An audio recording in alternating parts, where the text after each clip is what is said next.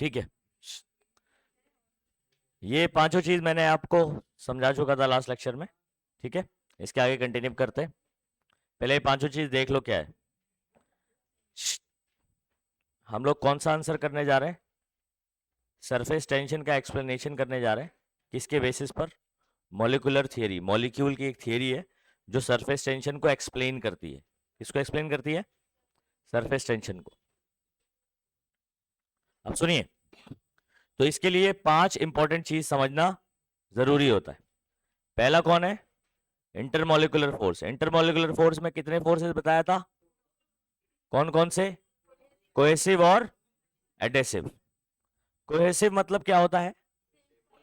Same substance के बीच में, सेम सब्सटेंस के मॉलिक्यूल के बीच में अट्रैक्टिव फोर्स जो होगा कोहेसिव होगा। क्या होगा?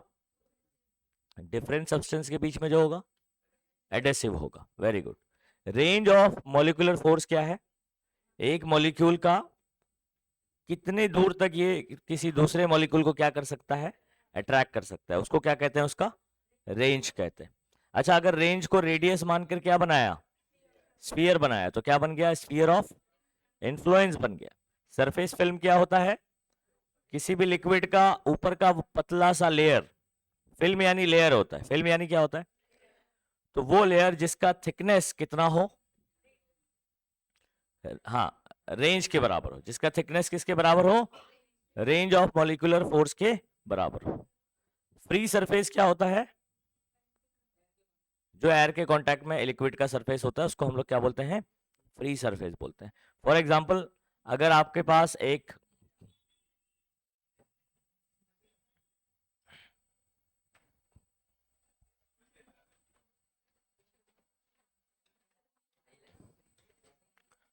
बच्चों एक कंटेनर है, ये लिक्विड आपको ऐसे भरा हुआ है यहां पर।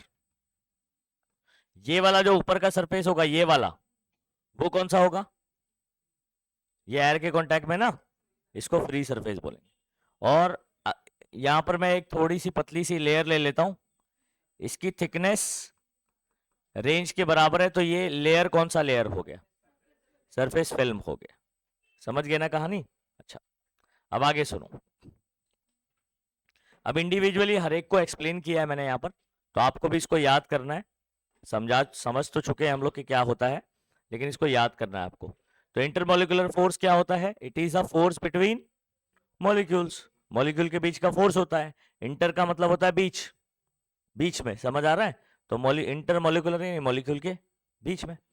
अच्छा, there are two types of force. पहला कोहेसिव और एडेसिव। कोहेसिव क्या होता है? Force of attraction between molecule of same substance is called cohesive force. ठीक है। अच्छा, एडेसिव क्या होता है? Force of attraction between molecule of different molecule. Example बता सकते हो? बराबर, ऐसे बोल सकते हो, या लिक्विड और क्या नाम है, ग्लास भी बात कर सकते हो। ग्लास में आप क्या नाम है, कोई लिक्विड डालते हो, तो उन दोनों के बीच में जो फोर्स होगा वो भी एडेसिव होगा। वाटर वाटर के बीच में क्या होगा? कोहेसिव रहेगा। समझ गए बात को? Range of molecular force, the maximum distance up to which, मतलब जहां तक, समझ आ रहा है? Up to which the molecular force is effective is called range of molecular force. मतलब मॉलिक्यूल का जो फोर्स है वो कितने दूर तक जो है वो इफेक्टिव है, कहां तक वो दूसरे मॉलिक्यूल को क्या कर सकता है? अट्रैक्ट कर सकता है, उसको अपन क्या बोलते हैं? Range of molecule. Sphere of influence, देखो मैंने उसी रेंज को रेडियस मानकर क्या बना दिया, एक, ये सर्कल नहीं है बच्चों, ये क्या है? एक स्फीयर है। अब 3 डायमेंशनली अपन इस पे कैसे बनाएंगे? समझ आ रहा है? तो ये पूरा जो आप देख रहे हो ऐसे आपको समझना है, इसको सिर्फ सर्कुलर जैसा नहीं बात करना है। तो this is called as sphere of influence. कैसे बोलेंगे? ये एक इमेजिनरी स्फीयर है। क्या है? इमेजिनरी स्फीयर है with the molecule at its centre. Molecule सिर्फ यहां है। मॉलिक्यूल कहां है? समटाइम क्या होता है, आप थियरी समझते वक्त आप समझ लेते हो इतना बड़ा मॉलिक्यूल है। मॉलिक्यूल इतना बड़ा नहीं है। मॉलिक्यूल सिर्फ इतना जितना डॉट बताया हुआ है। समझ आ रहा है? और ये उसका रेंज है, इतने दूर तक ये किसी और मॉलिक्यूल को क्या कर सकता है? अगर इस रेंज के अंदर कोई मॉलिक्यूल आता है तो ये उसको अट्रैक्ट कर सकता है, इससे दूर रहेगा तो अट्रैक्ट नहीं कर पाएगा। समझ गए बात को? तो with the molecule at the centre, ठीक है, and radius equal to molecular range.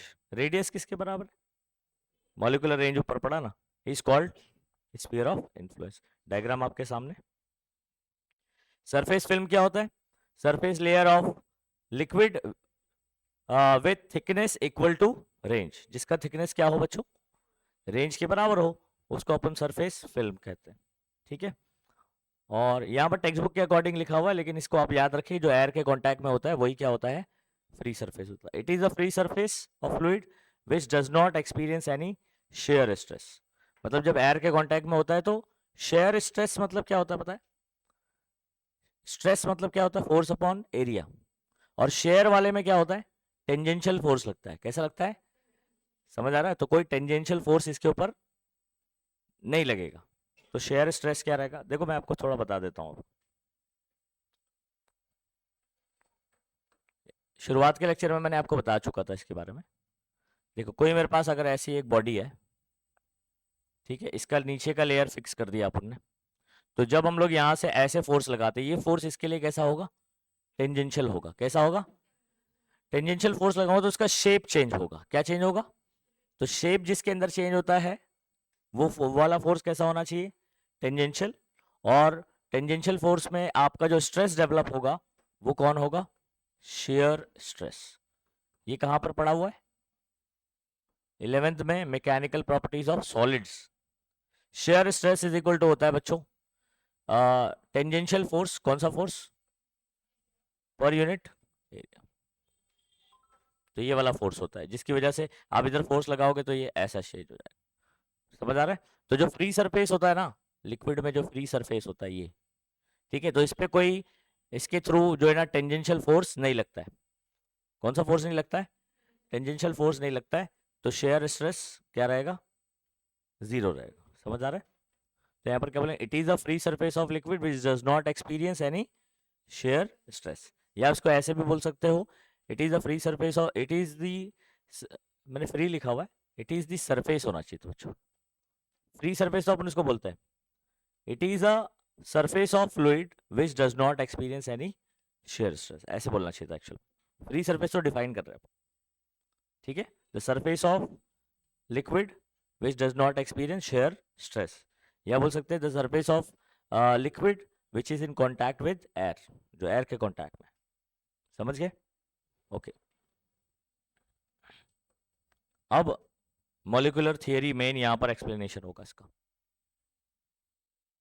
ठीक है। अब आपको अगर एग्जाम में ये इंडिविजुअल डिफाइन पूछ सकता है। अब जो हेडिंग देख रहे हो यही क्वेश्चन बनेगा आपका। क्या हेडिंग है? Surface tension on the basis of. तो सवाल क्या बनेगा? Explain surface tension on the basis of molecular theory. ठीक है, तो मतलब आपको 3 मॉलिक्यूल कंसीडर करने हैं लिक्विड के अंदर। वैसे बहुत सारे हैं लेकिन आपको 3 मॉलिक्यूल कंसीडर करने हैं। तीनों के बारे में इंडिविजुअली डिस्कस करना है और सरफेस टेंशन के बारे में हम लोग समझ जाएंगे। अभी देखो किस तरीके से।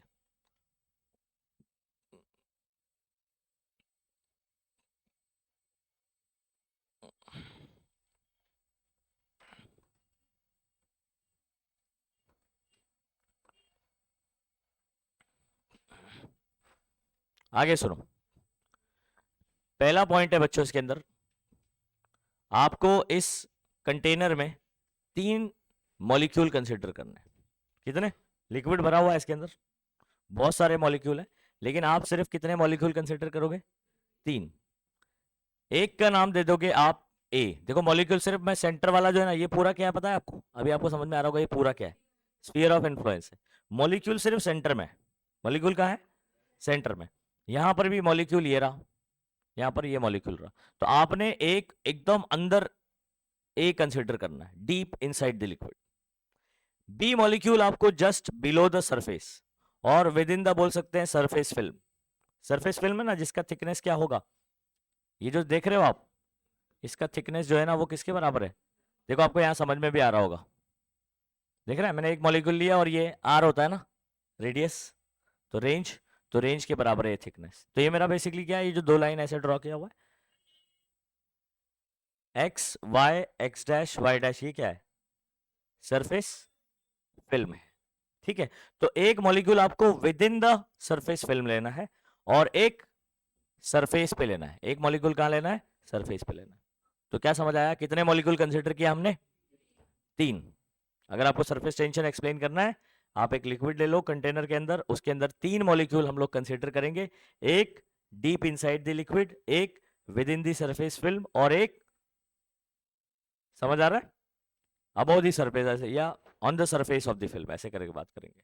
ओके, तो ये देख लो कहानी। अब देखो यहां पर क्या कहा, consider 3 molecule A B and C such that A is deep inside the liquid, A एकदम अंदर है, B within the surface film, मतलब सरफेस फिल्म के बीच में है, and C on the surface of liquid, तो लिक्विड के सरफेस पर है। कहानी समझ आ गई? अब आपको ए को एक्सप्लेन करना है, बी को एक्सप्लेन करना है, सी को एक्सप्लेन करना है कि इस पर किस तरीके से कहानी घटने वाली है। अच्छा, मैं आपको एक चीज बताता हूं, ठीक है, इधर ध्यान देना। मान लीजिए यहां पर जो है ना, इसके सराउंडिंग में अभी एडेसिव और कोहेसिव पर बात चलेगी। किस पे बात चलेगी? एडेसिव कोहेसिव पे बात चलेगी। अच्छा, इसके सराउंडिंग में, इसके स्फीयर में कौन से मॉलिक्यूल होंगे? क्या इसी की तरह मॉलिक्यूल होंगे या कोई डिफरेंट भी आने वाला है? इसी की तरह होंगे, क्योंकि लिक्विड के एकदम अंदर है ना ये, तो इसके स्फीयर के अंदर, इसके रेंज के अंदर और दूसरे मॉलिक्यूल, फॉर एग्जांपल मैं कलर नहीं चेंज करता हूं, रेड ही रहने देता हूं, 1 2 3 बना दिया नीचे, और ऊपर 1 2 3 बना दिया। समझ आ गया? अच्छा, अब मुझे एक चीज बताओ, ये जो मॉलिक्यूल है रेड कलर का बनाया, और ये हमारा भी रेड है, ठीक है, ऊपर भी जो है वो रेड वाले, यानी सेम टाइप के मॉलिक्यूल है। कैसे हैं? सेम टाइप के मॉलिक्यूल। ये उनको अट्रैक्ट करेगा तो वो भी तो इनको अट्रैक्ट करेंगे, ठीक है। तो मान लीजिए ये 3 मॉलिक्यूल हमारे मॉलिक्यूल को अट्रैक्ट करते हैं, हम उल्टा सोच रहे हैं अभी, इस पे नेट फोर्स पे बात करना है। नीचे कितने मॉलिक्यूल इसको अट्रैक्ट करेंगे? 3। समझ आ रहा है? और ऊपर इसको 3 मॉलिक्यूल अट्रैक्ट करेंगे, या ऐसे भी बात कर सकते हैं, ये 3 नीचे से 3 को खींचता है, ऊपर से 3 को खींचता है, ठीक है। लेकिन अपने को इस पे नेट फोर्स बात करना है, तो एक्सटर्नल फोर्स बात करना है। तो ये बीच वाले पे मुझे बताओ, ये बीच वाले पे नीचे से 3 लोग खींच रहे हैं, ऊपर से 3 लोग खींच रहे हैं, तो ये जाएगा किधर? नेट फोर्स किधर होगा इस पे? 0 होगा, क्योंकि नीचे भी 3 टाइप के टग ऑफ वॉर, मालूम है ना कैसा होता? ठीक है, अगर मान लो इधर पे 3 लोग है, इधर 3 लोग है, और तीनों का स्ट्रेंथ बराबर है, अगर लोग खींचेंगे तो ये जो बीच में रुमाल बांधते हो आप, ये कहां जाएगा? कहीं नहीं जाएगा। तो मतलब नेट फोर्स क्या हो गया इसके ऊपर? अच्छा, एक और सवाल आपसे पूछता हूं कि इनके बीच में कौन सा फोर्स होगा? हाँ, अट्रैक्शन होगा, लेकिन एडेसिव या कोहेसिव?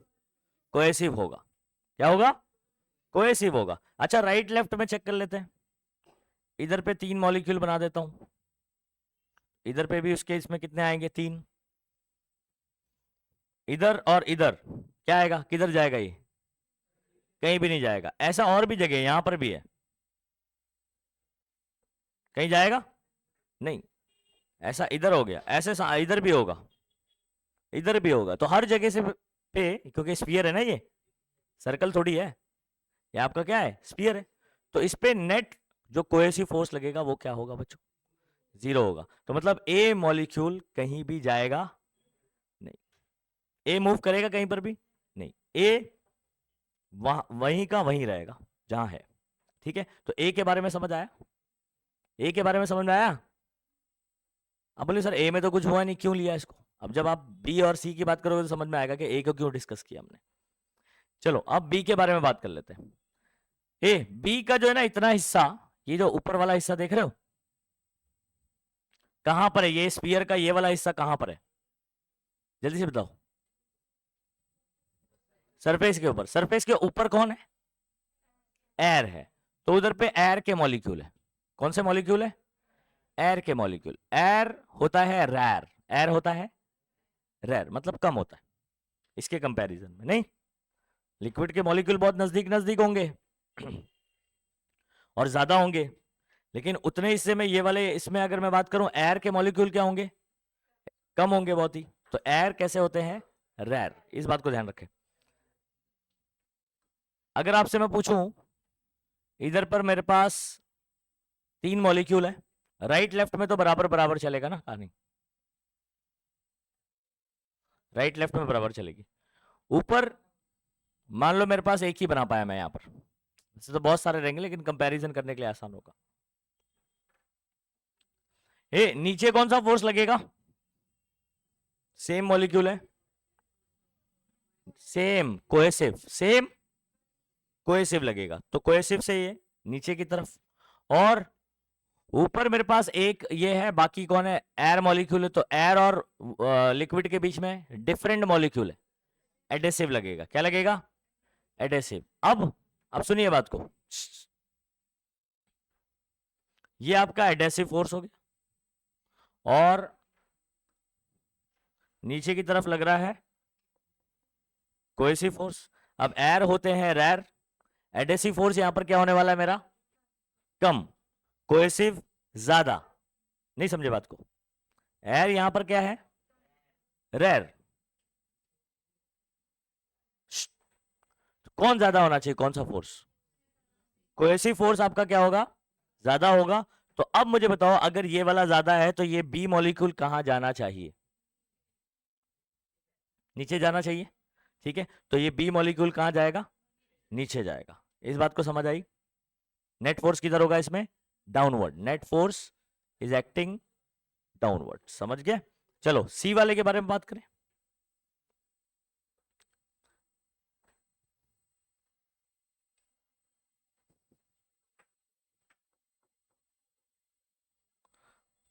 ऊपर कौन सा फोर्स लगेगा? एडेसिव, एयर और इसके बीच में। नीचे अब ग्रेटर कौन होगा? कोहेसिव। ये वाला मॉलिक्यूल भी किधर जाएगा? अच्छा, इसका मतलब ये समझ आया कि जो within the surface film या on the surface film molecule रहेगा, उस पे नेट फोर्स कहां लगेगा? ध्यान देंगे सभी बच्चे यहां पर। जो सरफेस पर मॉलिक्यूल होता है उस पे फोर्स कहां लगेगा? डाउनवर्ड। Yes everybody. तो ये जाएंगे कहां? अच्छा, जब ये कोहेसिव फोर्स की वजह से नीचे जाएंगे तो यहां की जगह, जैसे फॉर एग्जांपल आप लोग बेंच पे बैठे हो, ठीक है, किसी ने आपकी टांग खींच के नीचे खींच लिया ऐसे, बराबर, वहां पर क्या हो जाएगा? जगह खाली हो जाएगी, है ना। फिर आपके बाजू वाले देखिए, अरे जगह खाली है, ऐसे फैल के बैठ जाएगी। नहीं समझे बात को? सुनिए, बहुत ही इंटरेस्टिंग कहानी बता रहा हूं। अभी आप लोग बेंच पर बैठे हो, बराबर है, अभी फॉर एग्जाम्पल सरफेस पर हो ना, किसी ने टांग खींच के नीचे खींच लिया आपको, ठीक है। अब वो जगह क्या हो गई वहां पर? तो क्या पानी में अपने को ऐसा होल दिखाई देता है? नहीं ना। या लिक्विड में होल दिखाई देता है? नहीं। ऐसा क्यों नहीं दिखाई देता? सुनो, जब इस पे फोर्स लगता है वो नीचे जाता है, जो बाजू वाले मॉलिक्यूल्स हैं वो स्ट्रेच हो जाते हैं ऐसे। समझ आ रहा है क्या बोला मैंने? बाजू वाले जो मॉलिक्यूल हैं वो कैसे हो जाते हैं? ऐसे खिंच जाते हैं। अच्छा, इंपॉर्टेंट बात ये है कि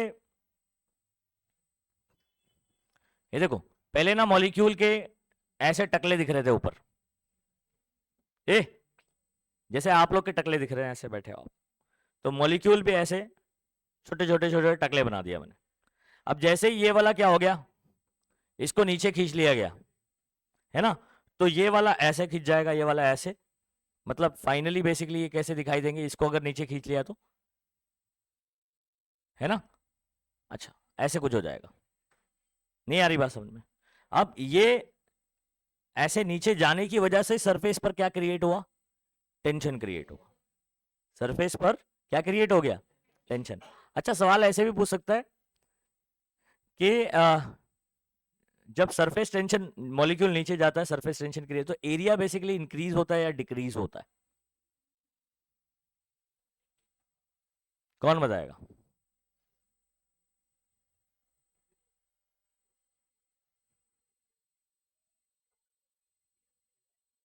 एरिया उतना ही रहेगा।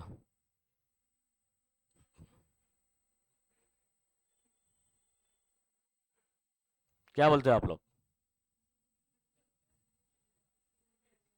एरिया सेम रहेगा। पहले ऐसा था एरिया, समझ आ रहा है? ऐसा एरिया था, अब सीधा हो गया।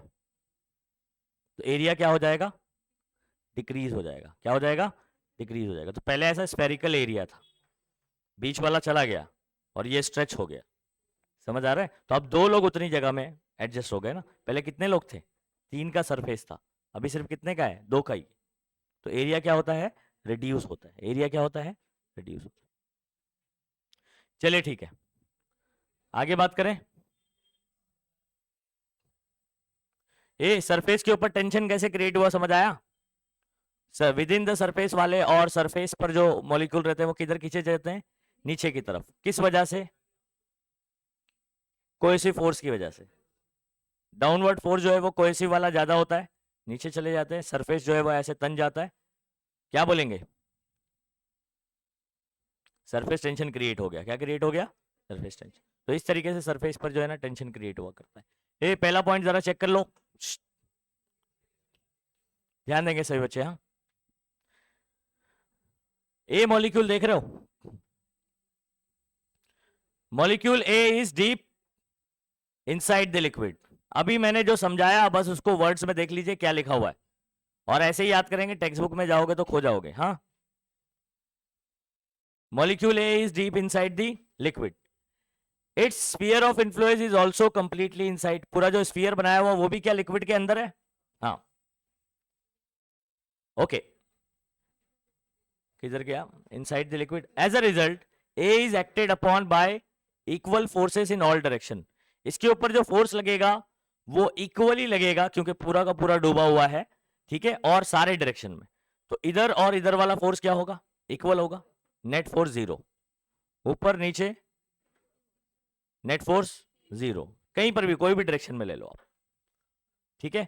10 net cohesive force on molecule is 0। खत्म हो गई कहानी। बी के बारे में बात करते हैं। ए बी किधर है, B within the surface film. B कहां पर है, ओके, तो B lies within the surface and acted upon 2 forces. कौन सा फोर्स है, strong cohesive force and weak adhesive force. मैंने वीक क्यों एडेसिव फोर्स बोला, वो एयर की वजह से। एयर कैसे होते हैं, रेयर होते हैं, तो वो वीक फोर्स होने वाला है। तो ऊपर वाला अगर वीक है, नीचे वाला स्ट्रॉन्ग है, नेट किधर जाएगा, नीचे की तरफ। बी मॉलिक्यूल कहां जाएगा, नीचे। As a result B gets attracted inside the liquid. समझ गए, बी नीचे जाएगा। C, a molecule C lies on the surface of liquid. इसके ऊपर भी कितने फोर्स लग रहे हैं, 2, स्ट्रॉन्ग और वीक, ठीक है। स्ट्रॉन्ग किधर लग रहा है, नीचे की तरफ। तो again as a result molecule C also gets attracted inside the liquid. समझ गए बात को। अच्छा, 5th पॉइंट देख लीजिए, यहां पर कहानी खत्म। All the molecule in the surface film are pulled inside the liquid which minimizes the. अच्छा, ऑल द मॉलिक्यूल मतलब within the surface film या on the surface of film. हाँ, इनसाइड वाला नहीं, ठीक है। सारे मॉलिक्यूल नीचे की तरफ खींचे जाते हैं। अच्छा, minimises the total number of molecule in the surface. ऊपर मान लो ऐसे आप लोग 4 लोग बैठे हैं एक बेंच पे, तो एक को खींच लिया, तो नंबर ऑफ मॉलिक्यूल सरफेस पर कम हो जा रहे हैं या बढ़ जा रहे हैं, कम हो जा रहे हैं। समझ रहे बात को, okay. As a result surface film remains under tension. Surface जो है वो क्या हो जाता है, तन जाता है ना ऐसे। तो सरफेस पर क्या क्रिएट हो जाता है, एक टेंशन क्रिएट हो जाता है। This tension is known as surface tension. तो आपको आई होप ये सरफेस टेंशन वाली कहानी समझ आ गई। तो आप लोग जो कीड़े मकोड़े ऐसे पानी के ऊपर चलते देखते हो ना, तो ये सरफेस टेंशन की वजह से ये चल पाते हैं। समझ आ रहा है, आप ट्राई मत करना, आपको नहीं झेल सकता ये सरफेस टेंशन, ठीक है। अच्छा, next, what is surface energy. Surface energy क्या है, ये सुनो, सरफेस एनर्जी क्या है इसको समझो। कंटेनर के अंदर आपके बहुत सारे मॉलिक्यूल्स हैं, है ना। अब मुझे एक चीज बताओ, जो नीचे मॉलिक्यूल है, नेट फोर्स तो ऊपर वाले पे किधर लग रहा है, नीचे की तरफ लग रहा है। अगर मान लीजिए आप इसको यहां से ऊपर ले जाते हैं, क्योंकि नेट फोर्स किधर लग रहा है, नीचे की तरफ, तो आपको क्या करना पड़ेगा, इसके अगेंस्ट में कुछ एनर्जी स्पेंड करना पड़ेगा। अगर नीचे वाले को आप कहां ले जाना चाहते हैं, ऊपर की तरफ, तो जितना एनर्जी उसको स्पेंड करना पड़ेगा वो उसमें स्टोर हो जाता है ऐसा पोटेंशियल एनर्जी, और वही उसका क्या होगा, सरफेस एनर्जी। तो बेसिकली शॉर्ट में अगर मैं बताऊं आपको, सरफेस मॉलिक्यूल्स पजेस, जो सरफेस पर मॉलिक्यूल है ना, वो बहुत ही जद्दोजहद करके ऊपर आए हैं, मतलब बहुत ही स्ट्रगल करके ऊपर आए हैं। समझ आ रहा है? क्योंकि नीचे की तरफ कोहेसिव फोर्स लग रहा है, तो जो बचे हैं ऊपर, समझ आ रहा है, वो नीचे से ऊपर अगर आए हैं बहुत ही क्या नाम है, स्ट्रगल करके, तो उन्होंने एनर्जी स्पेंड करी है। उन्होंने जितने भी एनर्जी स्पेंड किया ऊपर पहुंचने के लिए, वो एनर्जी स्टोर हो जाता है उसके अंदर एज अ पोटेंशियल एनर्जी। यानी सरफेस पे जो मॉलिक्यूल है, उनकी जो पोटेंशियल एनर्जी है, वही मेरी कौन होगी, सरफेस एनर्जी। क्या बोलना है, surface molecule possess extra potential energy as compare to molecule inside the liquid. अच्छा, मैं अगर आपसे ये कहूं बच्चों कि दो लेवल है, ये एक मॉलिक्यूल है और ये एक मॉलिक्यूल है, ये बॉटम पर है और ये आपका h हाइट पर है। कितनी हाइट पर है, h हाइट पर। अगर ये रेफरेंस लिया जाए, इसको रेफरेंस लिया जाए, है ना, तो इसका पोटेंशियल एनर्जी क्या होगा, 0 होगा। और इसका h हाइट पर इसका पोटेंशियल एनर्जी क्या होगा, इससे mgh होगा ना। समझ आ रहा है? तो इसका जो एनर्जी इसके कंपैरिजन में जितना ज्यादा है, extra potential energy compare to inner molecule, उसी को क्या कहते हैं, उसका सरफेस एनर्जी कहते हैं। तो सरफेस एनर्जी किसका होगा, सरफेस मॉलिक्यूल्स का होगा। सरफेस एनर्जी किसका होगा, मॉलिक्यूल कहां प्रेजेंट है बच्चों, पूरे उसमें प्रेजेंट है, लेकिन जो सरफेस पर प्रेजेंट है उसके पास एक्स्ट्रा एनर्जी होगी as compare to molecule present inside the liquid. ठीक है, तो जो एक्स्ट्रा पोटेंशियल एनर्जी है वही क्या है, सरफेस एनर्जी। समझ गए? तो ये डेफिनेशन आप याद कर लीजिएगा इसको।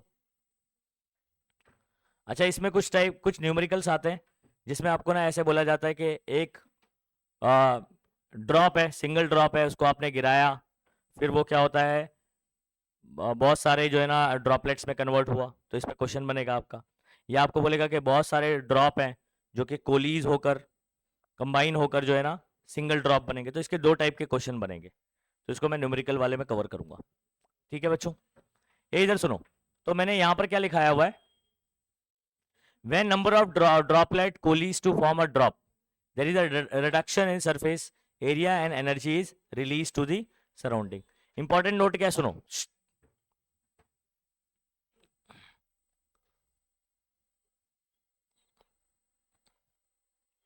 अब क्या होता है कि आगे चल के मैं आपको यहां पर एक डेरिवेशन बताऊंगा सरफेस एनर्जी का।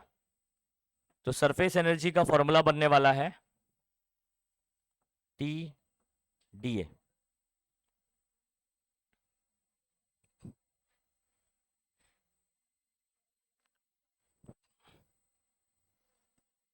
ठीक है, ये वाला अपन बात, अच्छा ये वाला रहने दो अभी पॉइंट, ये अपन ना न्यूमेरिकल में एक काम करेंगे, कवर करेंगे। ठीक है, पहले मैं डेरिवेशन कर देता हूं क्योंकि फॉर्मूला अपना यहां पर है। ये वाला पार्ट अभी रहने दीजिए आप लोग, हाँ ये वाला पार्ट रहने दीजिए। इधर आ जाओ, ये वाला आपको इसी बार बोर्ड एग्जाम में पूछा हुआ है। मैं एक बार जरा पेपर चेक कर लेता हूँ।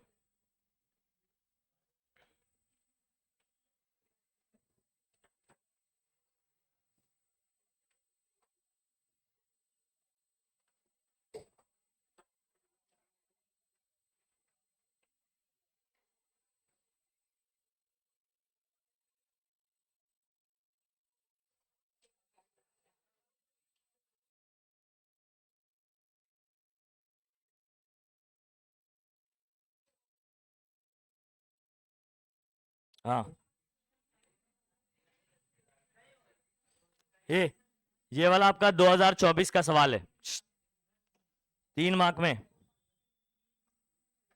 ठीक है, अभी फैब में पूछा गया है, इसको आप नोट भी कर सकते हैं। ये वाला टॉपिक कभी आया है, 2024 में, जिसके अंदर 2 मार्क का ये पूछा गया था डेरिवेशन, और 1 मार्क का ये डेफिनेशन था। तो define surface energy and derive an expression for it. तो सरफेस एनर्जी का क्या निकालना है, फॉर्मूला भी निकालना है। कितने मार्क के लिए पूछा है, टोटल 3 मार्क के लिए डिफाइन के साथ पूछा हुआ। तो डेफिनेशन याद करोगे 1 मार्क मिलेगा। याद रखो, कितना भी बड़ा डेफिनेशन हो, छोटा डेफिनेशन हो, डिफाइन पर एक ही मार्क्स होता है। कितना, बोर्ड में एक ही मार्क्स होता है। और रिलेशन बिटवीन ये प्रूव कर देते हैं, इस पे 2 मार्क मिलेगा, यानी 3 मार्क का आपका इस बार का सवाल था ये। ठीक है, और याद रखिए कुछ कुछ चैप्टर से क्वेश्चन रिपीट भी करता है, तो आपको पेपर सॉल्व जरूर करना है, पिछले साल का तो करना ही करना है। ठीक है, तो लास्ट 5 जो है ना आपको क्वेश्चन सॉल्व करने होते हैं, 5 ईयर्स के सॉल्व कर लो, या लास्ट 5 अक्टूबर क्या ना जुलाई, और ऐसे भी कर सकते हो आप, लेकिन कम से कम 5 पेपर तो आपको लास्ट ईयर के सॉल्व करने हैं। चलो, तो इंपॉर्टेंट क्वेश्चन हो गया हमारे लिए फिर ये, बोर्ड में पिछले साल ही पूछा है, रिसेंटली पूछा है ना, रिसेंटली पूछा है तो इंपॉर्टेंट हो गया, क्योंकि क्वेश्चन कुछ क्वेश्चन जो है ना वो सेम टू सेम पुराने पेपर का रिपीट भी करता है, पिछले साल का। ठीक है, सुनो, खैर चैप्टर पूरा पढ़ोगे तो आपको टेंशन नहीं रहेगा, लेकिन ये है कि पेपर एनालाइज करना जरूरी होता है। आ जाओ, इसको करना क्या है, ये कहानी क्या है, ये समझ नहीं आती बच्चों को। इधर सुनो, आपको एक तार लेना है, ठीक है, एक आपको तार लेना है ऐसा रेक्टेंगुलर शेप का, अभी इतना रिजिड नहीं है,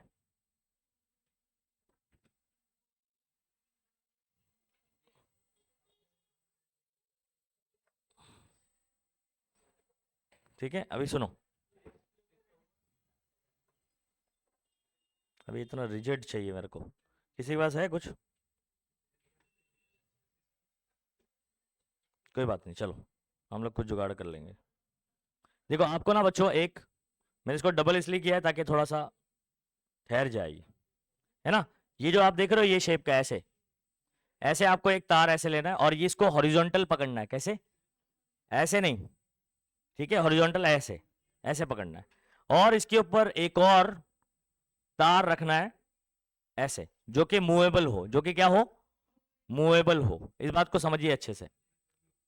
और इसको आपको क्या करना है, सोप सॉल्यूशन में ऐसे डुबाना है, हॉरिजॉन्टली ऐसे डुबाना है, और फिर ऐसे बाहर निकालना है।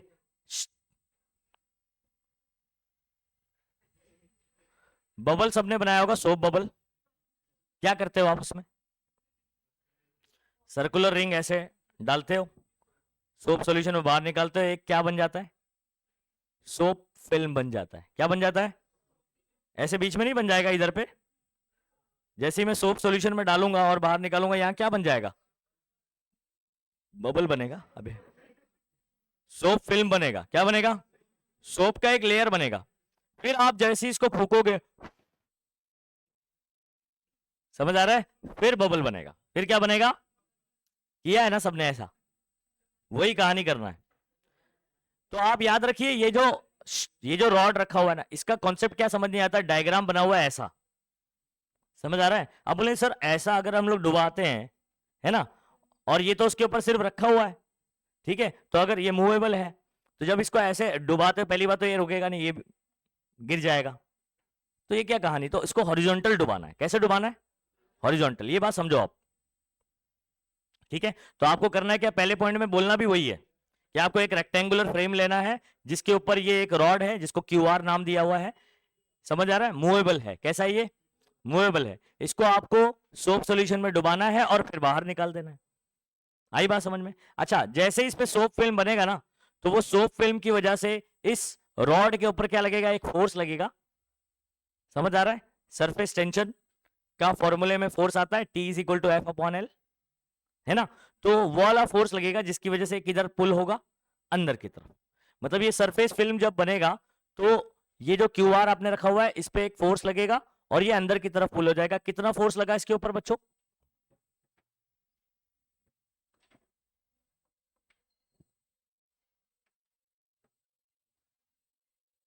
एफ फोर्स लग रहा है, क्या लग रहा है, एफ फोर्स। कहानी कुछ ऐसी है, आप समझो।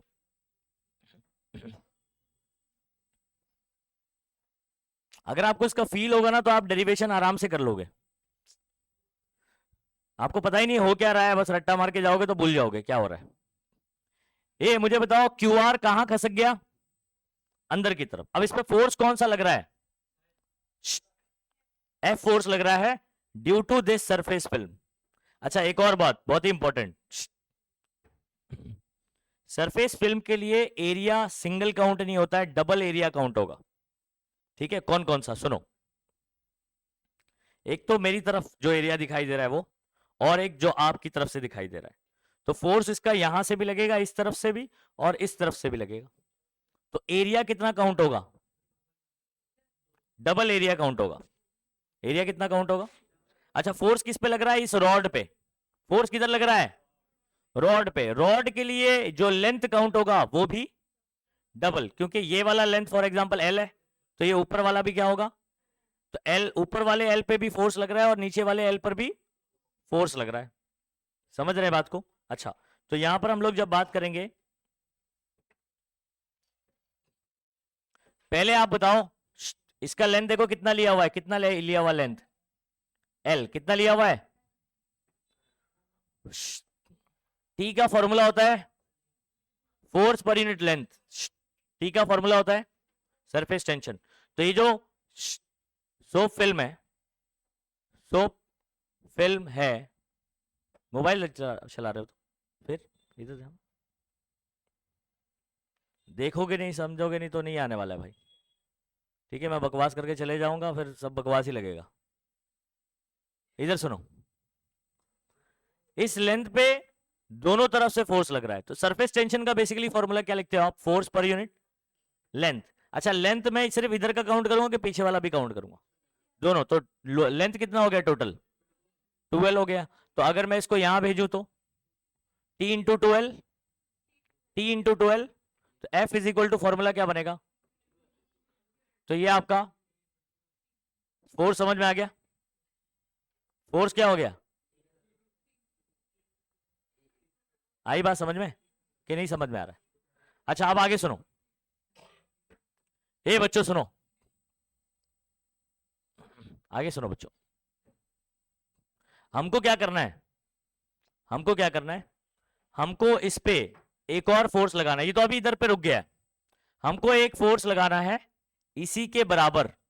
अब बोलेंगे सर हम लोग इसके बराबर फोर्स कैसे लगा सकते हैं?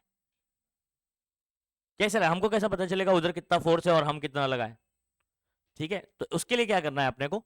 इसको बहुत ही धीमे धीमे धीमे धीमे धीमे धीमे धीमे इसको क्या करना है? आगे खींचना है। समझ आ रहा है? ओके। आप बोले सर धीमे धीमे से क्या मतलब? सुनो, अगर जब आप बहुत ही धीमे धीमे इसको करोगे मतलब it is moving with constant velocity, क्या होगा? वेलोसिटी क्या होगी इसकी? कांस्टेंट। अच्छा बताओ, वेलोसिटी जब कांस्टेंट होता है तो एक्सेलरेशन क्या होता है? अच्छा, एफ नेट का जो फॉर्मूला होता है, net force mass into acceleration. Velocity अगर कांस्टेंट है, वेलोसिटी अगर, एक्सेलरेशन क्या होगा? एक्सेलरेशन अगर जीरो है तो मास इनटू जीरो क्या हो जाएगा? जीरो। तो एफ नेट कौन है? इन दोनों का नेट ना, एफ माइनस एफ डैश। दो फोर्स लग रहा है, एक सरफेस फिल्म की वजह से लग रहा है, एक हम लगा रहे हैं। हम कौन सा लगा रहे हैं? F dash. F dash F के बराबर कैसे होगा? जब आप धीमे धीमे ले जाओगे वेलोसिटी क्या होगी? कांस्टेंट। एक्सेलरेशन क्या हो जाएगा? जीरो। ठीक है, और नेट फोर्स का फॉर्मूला होता है मास इनटू, तो मास तो इसका है लेकिन एक्सेलरेशन क्या है? मास इनटू जीरो जीरो, और एफ नेट बोले तो, ठीक है, F F minus F dash या एफ डैश माइनस एफ, जो भी बोल सकते हो आप, इज इक्वल टू क्या आ गया? अच्छा, माइनस एफ डैश उधर गया तो आई बात समझ में? तो मतलब जितना फोर्स लग रहा है उतना ही फोर्स हमने लगाया। तो अगर आप धीमे धीमे ले जाओगे तो, कांस्टेंट वेलोसिटी से ले जाओगे तो, जितना आप फोर्स लगा रहे हो वो जितना लग रहा है उसके बराबर होगा। अच्छा, लग कितना रहा है? एफ इज इक्वल टू कितना है? एफ डैश मैं लगा रहा हूं, वो एफ के बराबर हो गया। आपको समझ आ गया? एफ किसके बराबर लिखा हुआ है मैंने? उधर देखो जरा, टी इंटू ट्वेल्व के बराबर। ए सुनो बात को, अगर आपसे मैं ये पूछूं कि इस रॉड पे सरफेस फिल्म की वजह से फोर्स कितना लग रहा है? F. F is equal to कितना है? हमने कितना लगाया? अच्छा, धीमे धीमे ले जाने से एफ डैश किसके बराबर आया? एफ के। और एफ किसके बराबर है? इसका मतलब जो मैं फोर्स लगा रहा हूं क्या वो टी इंटू ट्वेल्व के बराबर हो जाएगा? कहानी समझ आई? धीमे धीमे ले जाने से ऐसा हुआ। ये सब डिस्कशन नहीं रहेगा टेक्स्ट बुक के, इसमें आंसर में वो सब डिस्कशन करना नहीं है, लेकिन अपने को आना चाहिए कि ऐसा क्यों हुआ। क्लियर है बात? जिस फोर्स से मैं ले जा रहा हूं वो उसके बराबर क्यों हुआ, कौन बताएगा रीजन? कांस्टेंट वेलोसिटी से ले जा रहे हैं, ठीक है। और F is equal to T into 12 क्यों हुआ भाई? ये फॉर्मूले से बनाया मैंने। Force per unit length, length यहां पर कितना काउंट होगा? डबल काउंट होगा। Very good. अब आगे सुनो, ये आगे सुनो, आगे की कहानी। जब आप इसको धीमे से आगे ले जाते हैं बच्चों, तो आपने डिस्प्लेसमेंट किया dx, मतलब ये कितना है? ये कितना है? dx है बच्चों। और इसका लेंथ कितना है? तो अगर मैं पूछूं कि कितना एरिया बढ़ गया, ये रेक्टेंगुलर एरिया इतना बढ़ गया ना, तो एरिया ऑफ रेक्टेंगल पता है बच्चों आपको? ये इतना एरिया बढ़ गया आपका, ये dx है और ये क्या है? l। क्या आप बता सकते हो ये एरिया कितना होगा? लेंथ इंटू ब्रेथ होता है एरिया ऑफ रेक्टेंगल। ये आपका लेंथ हो गया, ये ब्रेथ हो गया। तो आप क्या लिख सकते हो? जो एरिया इंक्रीज हुआ ना, उसको इंक्रीज इन एरिया को डीए लिखूंगा बच्चों। क्या लिखूंगा? डीए। तो इंक्रीज इन एरिया डीए जो है, इन दोनों का मल्टीप्लीकेशन होगा, यानी एल इंटू डीएक्स होगा। आई होप समझ में आ गया। हाँ अच्छा, ये एक एरिया है सिर्फ सामने वाला, एरिया भी डबल काउंट होगा ना फिल्म वाले में, एरिया भी क्या होगा? तो आगे का एल इंटू डीएक्स, पीछे का एल इंटू डीएक्स, मतलब ये जो इंक्रीज इन एरिया है वो भी डबल हो गया। नहीं समझे बात को? मैंने 2 into L D x D A क्यों माना हुआ है? तो एरिया भी क्या होगा? डबल काउंट होगा सरफेस फिल्म में। अच्छा क्यों काउंट होगा? सुनो बात को। फ्री सरफेस कौन होता है? फ्री सरफेस कौन होता है? जल्दी से बताओ। जो मुझे बताओ, ये जो फिल्म बना, ये वाला सरफेस भी एयर, यहां भी एयर है, और जो इस तरफ वाला है यहां पर भी क्या है? तो दोनों सरफेस क्या है? एयर के कांटेक्ट, मतलब फ्री सरफेस है, तो दोनों एरिया काउंट होगा। तो कौन से एरियाज काउंट होते हैं? जो एयर के कांटेक्ट में होते हैं। तो सरफेस फिल्म के केस में दोनों तरफ एयर होगी। अच्छा एक बबल के बारे में बात करूंगा आगे चल के। बबल का जो सरफेस है, सरफेस एरिया, वो बाहर वाला भी काउंट होना चाहिए और अंदर वाला भी। क्यों?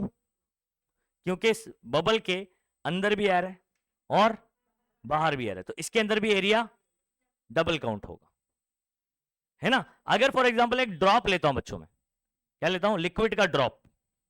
ड्रॉप मतलब समझ में आता है, अंदर से भरा हुआ रहेगा पूरा लिक्विड, है ना। और क्या नाम है? बबल मतलब क्या समझ में आता है? अंदर हवा भरी है, सिर्फ सरफेस ऐसा बना हुआ है, ठीक है। तो दोनों का केस आप समझिए, इसको भी मैं आगे चल के अपन बात करेंगे। ये आपका ड्रॉप है, ये क्या है? ड्रॉप। और ये आपका कौन है? बबल है। ये ड्रॉप है और ये क्या है? अच्छा इसका कितना एरिया काउंट होगा और इसका कितना एरिया काउंट होगा? ये पूरा अंदर से भरा हुआ है, एरिया बाहर वाला या अंदर वाला दोनों काउंट होगा, या सिर्फ बाहर वाला? क्यों? क्योंकि बाहर वाला एयर के कांटेक्ट में, और अंदर वाला, अंदर तो भरा हुआ है ना, ये तो अंदर कहां एयर दिखाई दे रही है? ये वाले में अंदर भी एयर है, बाहर भी एयर है, दोनों भी फ्री सरफेस हो जाएगा, दोनों एरिया काउंट होगा। समझे? बबल में इनर आउटर दोनों एरिया काउंट होगा, ड्रॉप के अंदर सिर्फ आउटर एरिया काउंट होगा। आई बात समझ में? ओके आगे बढ़ते हैं बच्चों। तो खैर मैंने आपको क्या बताया, क्या कहानी, पूरी कहानी क्या बताई आपको? आपको एक रेक्टेंगुलर फ्रेम लेना है, उसके ऊपर एक रॉड ऐसे रख देना है, मूवेबल, फ्रिक्शनलेस मूवेबल रॉड रख देना है QR, इसको सोप सॉल्यूशन में डुबोना है और बाहर निकालना है, फिल्म बन जाएगा। फिल्म इसके ऊपर फोर्स अंदर की तरफ खींचेगा और फोर्स कितना लगाएगा? F। कितना लगाएगा? F। फिर हमको क्या करना है? उतना ही फोर्स हमको लगाना है, तो क्या करूंगा मैं? इसको कांस्टेंट वेलोसिटी से ले जाऊंगा, तो मेरा फोर्स उस फोर्स के क्या हो जाएगा? बराबर हो जाएगा। रीजन मैंने आपको यहां पर बता दिया कि हमारा फोर्स उस फोर्स के बराबर कैसे होगा। थोड़ा सा आपको न्यूटन लॉ का ज्ञान होना चाहिए, तो यहां बता दिया मैंने नेट फोर्स वाला। अच्छा जो फोर्स वो लगा रहा था वो कितने के बराबर था? T into 12। तो हम जो लगा रहे हैं वो उसके बराबर हो गया, और वो T इंटू 12, यानी F डैश किसके बराबर हो गया? T इंटू 12 के बराबर। अच्छा जब आप इसको आगे खींचते हो तो एरिया थोड़ा सा बढ़ गया। एरिया क्या हो गया? वो एरिया दोनों तरफ का काउंट होगा। तो एक एरिया कितना हो गया? L इंटू डी एक्स, दोनों तरफ का तो इंटू 2 कर देंगे, तो 2 इंटू एल डी एक्स। तो याद रखिएगा इंक्रीज इन एरिया यानी डी है, इंक्रीज इन एरिया यहां पर कौन है? डीए सोप फिल्म के अंदर कितना काउंट हो रहा है, डबल। तो 2 इंटू एल डी एक्स कौन है, डीए। अब इतनी कहानी अगर आपको समझ आई है और थोड़ा बहुत आपको जैसे वर्क का फॉर्मूला कल ही बताया मैंने आपको, वर्क का क्या फॉर्मूला है, फैशन शो बोला था, फोर्स इंटू डिस्प्लेसमेंट। अच्छा जब आप इसको थोड़ा सा आगे खींचते तो डिस्प्लेसमेंट कितना हुआ बच्चों, ये अपनी जगह से कितना हटा, डीएक्स हटा, तो आप एस नहीं लिखोगे, कितना लिखोगे, डीएक्स लिखोगे। अच्छा फोर्स कितना लगाया, लगाया कितना, एफ डैश। तो एफ डैश फोर्स है, देखो यहां पर मैंने लिखा है इधर पे, एफ डैश फोर्स लगाया और डिस्प्लेसमेंट कितना हुआ, डीएक्स हुआ। तो इन दोनों को मल्टीप्लाई करूंगा तो वर्क पता चल जाएगा, क्या पता चल जाएगा, वर्क पता चल। अच्छा जितना मैंने वर्क किया इसको यहां से यहां लाने में, ठीक है, एनर्जी स्पेंड किया, और इसका एरिया क्या हो गया, इंक्रीज हो गया। एरिया क्या हो गया बच्चों, इंक्रीज हो गया। तो वर्क करने में जितना एरिया इंक्रीज हुआ, तो मेरा जो जितना एनर्जी स्पेंड किया वो उसमें स्टोर हो जाएगा ऐसा पोटेंशियल एनर्जी, और वही मेरा कौन होगा, सरफेस एनर्जी। वही क्या हो जाएगा, सरफेस एनर्जी होगा। तो डीए बढ़ाने में, इतना एरिया बढ़ाने में जितना एनर्जी मैंने स्पेंड किया वो उसमें स्टोर हो जाएगा ऐसा पोटेंशियल एनर्जी, और वही कौन होगा, उसका सरफेस एनर्जी होगा। समझ आ रहा है। अच्छा इधर सुनो, अब कहानी बहुत आसान होने वाली है बच्चों, आ जाओ इधर पे, पॉइंट जो पढ़ रहा हूं उसको ध्यान दीजिएगा। हाँ, कंसीडर रेक्टेंगुलर फ्रेम, ओके, उसका नाम क्या है बच्चों, P dash P S S dash, P dash P S S dash लिख दिया, P dash P S S dash. Fitted with movable arm, एक मूवेबल आर्म क्यू आर रखा हुआ है इसके ऊपर, मूवेबल, ठीक है। और उसके बाद क्या बोला है, डिप्ड, इसको डुबो दिया है into a soap solution and taken out, डुबाया फिर निकाल लिया, ठीक है। A soap film is formed, क्या बन गया बच्चों, सोप फिल्म बन गया। अच्छा क्यूआर के ऊपर एक फोर्स लगेगा ना एफ, जो उसको अंदर की तरफ खींचेगा।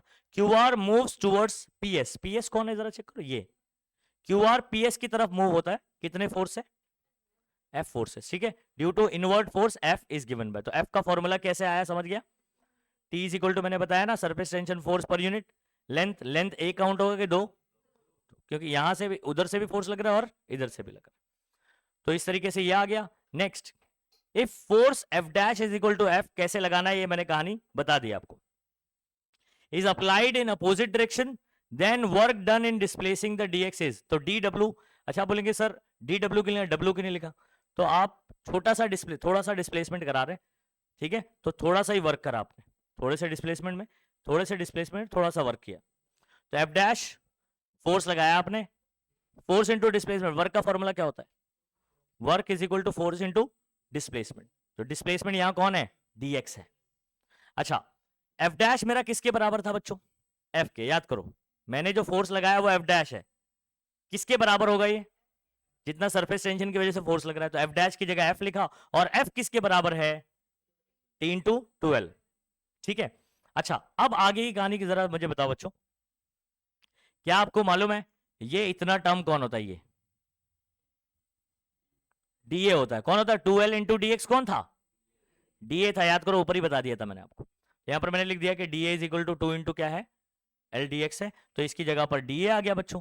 तो यहां पर वर्क का फॉर्मूला क्या आया, टी डी ए।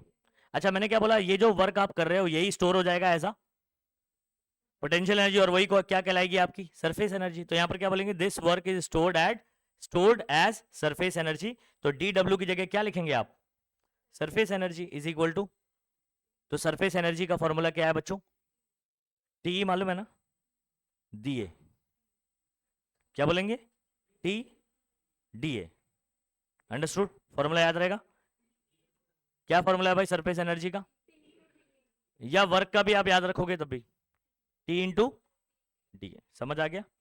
तो जितना ज्यादा एरिया इंक्रीज होगा, सुनो बात को, एरिया जितना ज्यादा क्या होगा, इंक्रीज होगा, उतना ज्यादा क्या होगा, सरफेस एनर्जी हो, अंडरस्टूड, अरे बोल दो, ठीक है।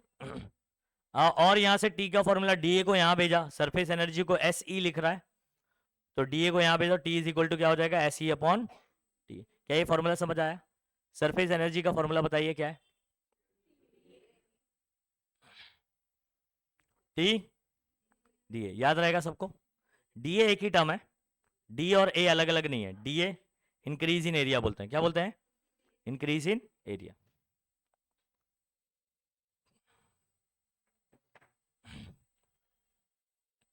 नेक्स्ट बात करेंगे बच्चों हम लोग, देखो जो भी डेरिवेशन करते जा रहे हैं ना, लास्ट में अगर आप न्यूमेरिकल में एक्सपर्ट होना चाहते हैं तो सबसे पहला काम जो आपको करना है वो हर एक चैप्टर में जब भी डेरिवेशन करते हो लास्ट में एक फॉर्मूला निकलता है, उस फॉर्मूले को बहुत ही अच्छे से बाय हार्ट कर लेने का। डेरिवेशन प्रैक्टिस करोगे तो फॉर्मूला याद ही हो जाएगा, लेकिन फॉर्मूले पे फोकस करना है आपको। जब आप कॉम्पिटेटिव की तैयारी करते हैं तो हर एक डेरिवेशन का फॉर्मूला याद करना होता है। समझ आ रहा है? न्यूमेरिकल में भी आपको 30+ चाहिए, अगर आपका 98 मार्क का पेपर होता है पूरा विद ऑप्शन, 70 का लिखना है, 30 मार्क के ऊपर तो आपको न्यूमेरिकल ही कमा के देगा। समझ आ रहा है? 70 मार्क तो लिखने हैं अपने को। अगर न्यूमेरिकल में एक्सपर्ट हो गए तो 30 तो यहाँ पर फिक्स्ड हो गए। और न्यूमेरिकल में एक्सपर्ट कब होगे? जब आप डेरिवेशन करोगे, फॉर्मूले करोगे, तो वहां से आपके 30-40 वहां से भी बन जाएंगे, आराम से 60 के ऊपर आप निकाल सकते हो। लेकिन याद रखो एवरी चैप्टर में आपको न्यूमेरिकल्स भी लगाने हैं, ठीक है? चलो अगला टॉपिक है बच्चों एंगल ऑफ कॉन्टैक्ट। क्या है? अभी एंगल ऑफ कॉन्टैक्ट क्या होता है, इसके लिए ना कुछ कहानी समझना पड़ेगा आपको। जैसे मैंने यहां पर भी बताया हुआ है, लेकिन मैं आपको एक दूसरा एग्जांपल बताता हूं। ये आप एक ग्लास ले लीजिए, कोई भी यहां पर सरफेस ले लीजिए, इधर ध्यान देंगे सभी बच्चे। यहां पर मैं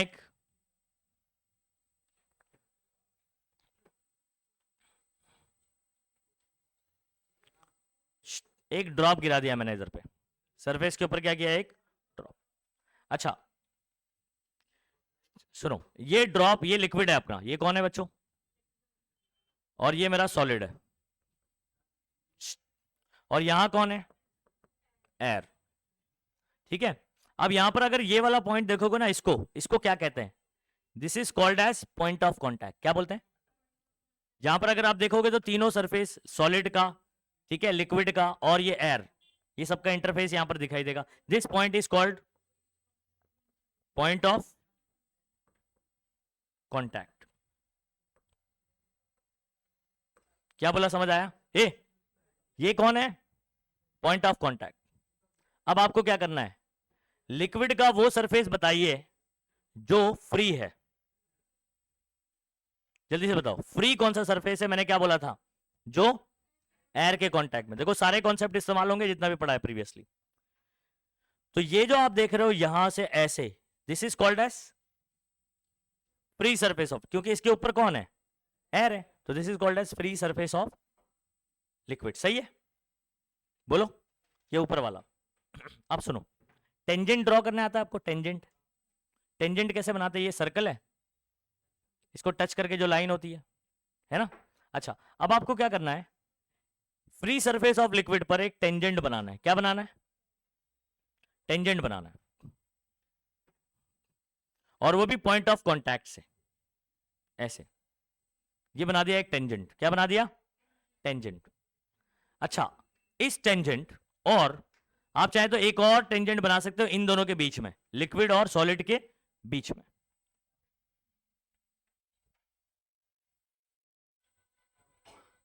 इधर पे भी एक लाइन ड्रॉ कर सकते हो। ये किसके बीच में है? लिक्विड और सॉलिड के बीच में। यहां से ये जो एंगल आप मेजर करोगे ना, इसको बोलते हैं एंगल ऑफ कॉन्टैक्ट। क्या बोलते हैं? तो आप सुनिए, पॉइंट ऑफ कॉन्टैक्ट समझ आया? फ्री सरफेस पर आपको क्या करना है? एक टेंजेंट ड्रॉ करना है। और ये कौन है? ये सॉलिड सरफेस है। क्या है ये? सॉलिड। तो टेंजेंट और सॉलिड के बीच का जो एंगल है उसको क्या बोलते हैं? Angle of contact.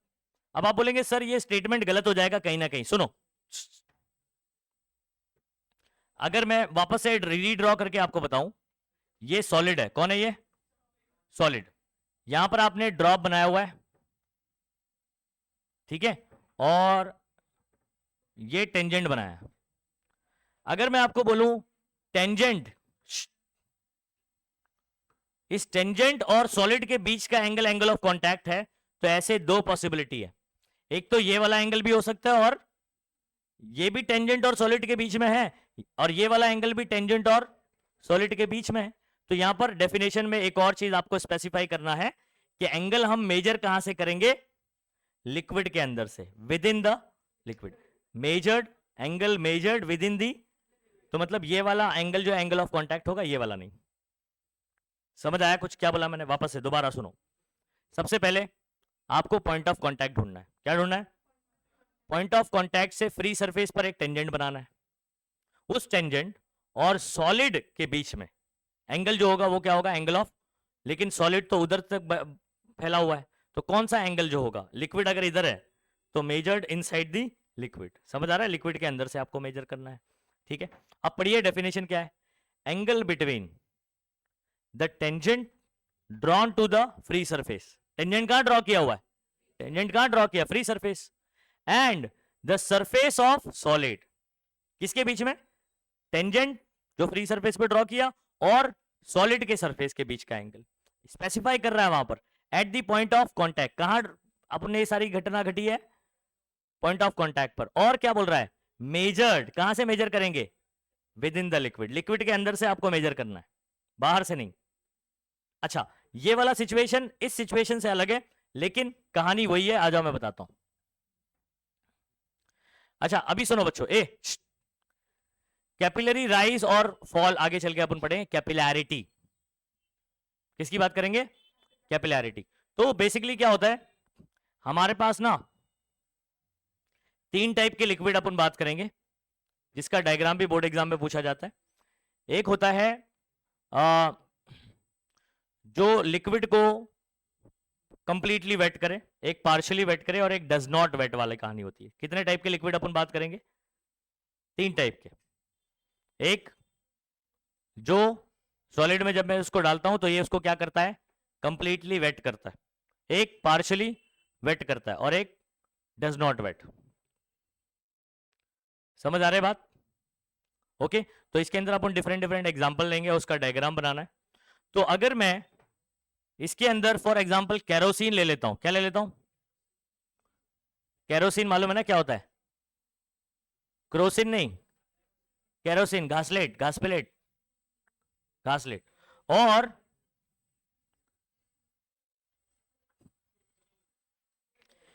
इसके अंदर एक कैपिलरी ट्यूब डाल देते हैं। अब आप पूछोगे कैपिलरी ट्यूब क्या होती है?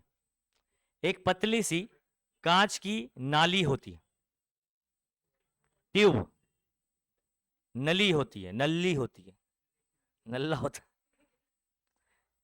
एक कंटेनर लेना है, फ्लास्क ले लो, ठीक है, उसके अंदर क्या भर दिया हमने?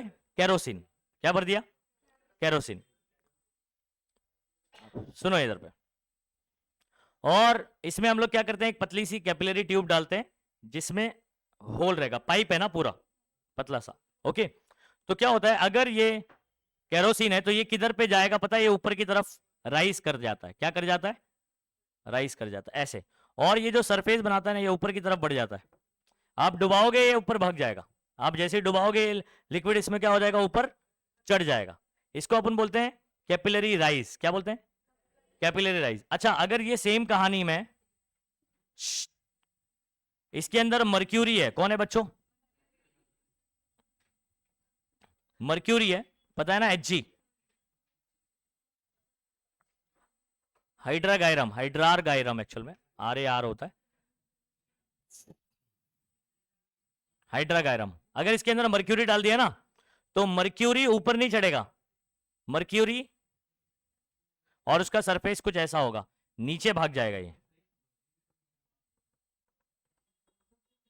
समझा क्या बोला मैंने अभी? अभी क्या चीज मैंने कहा? ये डिपेंड करता है लिक्विड के ऊपर राइज करेगा या फॉल करेगा। ये वाले केस में क्या होगा? फॉल करेगा। अब फॉल क्यों करेगा? डिफरेंट डिफरेंट पूरी कहानी है, अपन प्रेशर के बेस पर भी एक्सप्लेन कर सकते हैं, ठीक है। और इसके ऊपर का जो सरफेस है ना, ये भी डिसाइड करता है। ये कैसे बना हुआ है? यहां पर केरोसिन वाले में कैसा बना हुआ है? इसको क्या बोलते हैं सर? ये पता है क्या होता है अंदर की तरफ होता है तो? हाँ सही है, बोलो। कॉनकेव बोलते हैं। क्या बोलते हैं इसको?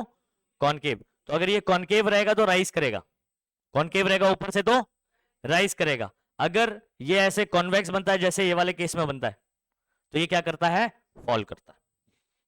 इतनी कहानी फिलहाल समझ में आई?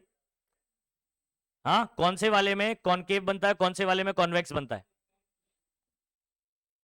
केरोसिन वाले केस में क्या होगा, कॉनकेव बनेगा और वो राइज करेगा। कॉन्वेक्स वाले में, सॉरी, मर्क्यूरी वाले में कॉन्वेक्स बनेगा और वो क्या करता है, फॉल करता है। तो राइज और फॉल, राइज और fall of a liquid inside a capillary tube, capillary tube के अंदर, इसको कैपिलैरिटी कहेंगे। क्या कहेंगे, कैपिलैरिटी। तो अलग से इसका क्वेश्चन बनता है, what is capillarity action, capillary action, या व्हाट इज कैपिलैरिटी। तो अपन क्या बोलेंगे, बोलो, डेफिनेशन बहुत आसान है, राइज और fall of a liquid inside the capillary tube. Rise और फॉल, ऊपर चढ़ना या नीचे गिरना लिक्विड का, किसके अंदर, कैपिलरी ट्यूब के अंदर। When it is dipped inside the liquid, जब मैं कैपिलरी ट्यूब को किधर डालूं, लिक्विड के अंदर, तो राइज हो सकता है तो फॉल हो सकता है। इस एक्शन को अपन क्या बोलते हैं, कैपिलरी एक्शन बोलते हैं या कैपिलैरिटी बोलते हैं। आपके प्लांट वगैरह जो है ना, प्लांट, ठीक है, जाइलम फ्लोएम के थ्रू पढ़ा है ऐसा, बराबर। तो उसके अंदर पतली पतली ऐसी नाली होती है जिसके अंदर कैपिलरी एक्शन हो रहा होता है, तब जाके जो मिनरल, प्लांट कैसा होता है, ऐसा ऊपर कोई बैठा थोड़ी है जो पाइप से ऐसा ऐसे चूस रहा होता है, पानी ऊपर पहुंचता है। तो यहां पर प्लांट में सबसे टॉप वाला लीफ है, उस तक भी पानी पहुंचता है, समझ आ रहा है, जो भी एब्जॉर्ब करता है मिनरल्स वगैरह उसके पास पहुंचता है। कैसे पूछता है, पहुंचता है, कैसे पहुंचता है, कैपिलरी एक्शन की वजह से। किस वजह से, कैपिलरी एक्शन। समझ आ गई बात। अच्छा, अभी आगे सुनो। खैर, मुझे ये वाला चीज सिर्फ आपको ये बताना था, कॉनकेव और कॉन्वेक्स। तो ये वाला पॉसिबल होता है ना, केरोसिन में बताया मैंने, ऐसा पॉसिबल होता है। और ये किस में होगा, मर्क्यूरी के अंदर। अब मैं यहां पर एंगल ऑफ कॉन्टैक्ट आपको एक्सप्लेन करता हूं, ठीक है। तो ऐसा कहां बना ये देख लिया आप लोग ने, अब इसको जरा एक्सप्लेन करता हूं बच्चों। ये मेरे पास क्या है,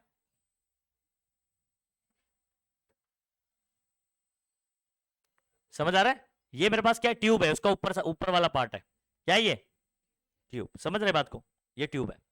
ये मेरे पास कौन है, लिक्विड भरा हुआ है ऐसे, जो राइज करा था। समझ आ रहा है। अब अपन कौन सा बात कर रहे हैं, सिर्फ ऊपर का वाला बात। कैपिलरी ट्यूब ऐसे थी ना बच्चों,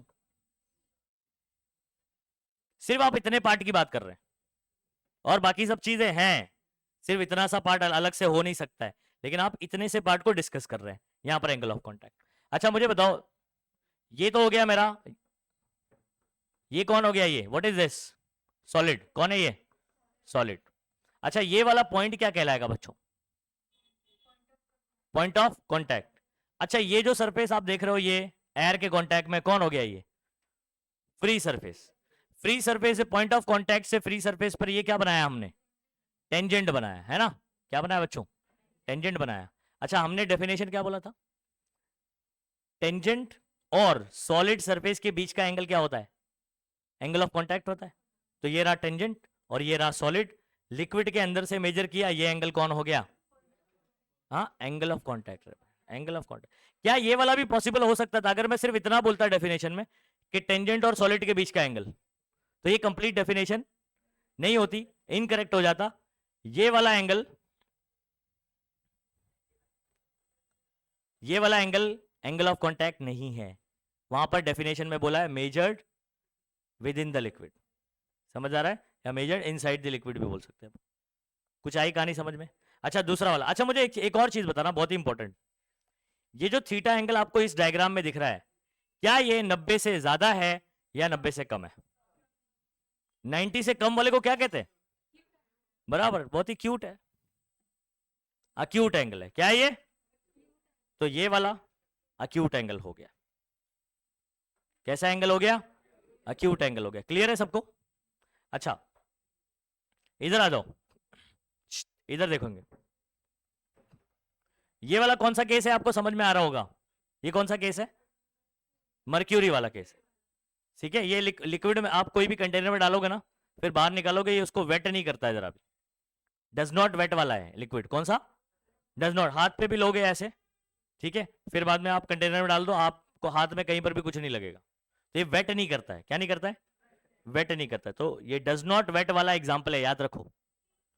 कौन सा लिक्विड सॉलिड को वेट नहीं करता है, मर्क्यूरी। डज नॉट वेट वाली कहानी याद रखिएगा। उस केस में ऐसे कॉन्वेक्स बनता है ऊपर की तरफ। अच्छा, अगेन इसमें भी मैं अगर आपको ये पूछूं, ये आपका कौन हो गया, सॉलिड, बोलो इतनी कहानी समझ आ रही है? ए व्हाट इज दिस, जल्दी बोलो। Point of contact. ये कौन है? ये फ्री सरफेस ऑफ एयर के कांटेक्ट में, ठीक है। और इधर पे ये क्या ड्रॉ कर दिया? टेंजेंट। अच्छा, एंगल किसके बीच का एंगल ऑफ कांटेक्ट होता है? टेंजेंट और सॉलिड के बीच का। मेजर कहां से करते हैं? With in the liquid. अब देखो मेरे पास दो पॉसिबिलिटी अगेन है, यहां पर ये वाला भी एंगल हो सकता है और ये वाला भी। कौन सा एंगल ऑफ कांटेक्ट होना चाहिए? नीचे वाला, क्योंकि लिक्विड इधर है, ठीक है। अब मुझे बताओ, एंगल कुछ ऐसा है, एंगल कुछ ऐसा है, बता सकते हो ये एंगल आपका 90 से कम है कि 90 से ज्यादा है? 90 से ज्यादा है, ऑब्ट्यूज एंगल हो गया। क्या हो गया? ऑब्ट्यूज हो गया। तो अक्यूट भी समझ में आया, ऑब्ट्यूज भी समझ आया, हाँ समझ आ रहा है। तो पार्शियली वेट वाले केस में, जो पार्शियली वेट करते हैं जैसे केरोसिन, तो इसके अंदर अक्यूट एंगल बनता है, और जो डज नॉट वेट वाले हैं उनमें क्या बनता है? एंगल ऑब्ट्यूज बनता है। याद रहेगी कहानी। अच्छा, ये वाला पार्शियली वेट और कंप्लीटली वेट वाले राइज करते हैं, क्या करते हैं? पानी में भी डालोगे, पानी जो है कंप्लीटली वेट वाले में आता है। पानी किस में आता है? कंप्लीटली वेट वाले। उसमें भी क्या करता है? राइज करता है। पार्शियली वेट में भी राइज करता है, लेकिन क्या नाम है, डज नॉट वेट वाला जैसे मर्क्यूरी, वो क्या करता है? फॉल करता है। समझ गए कहानी?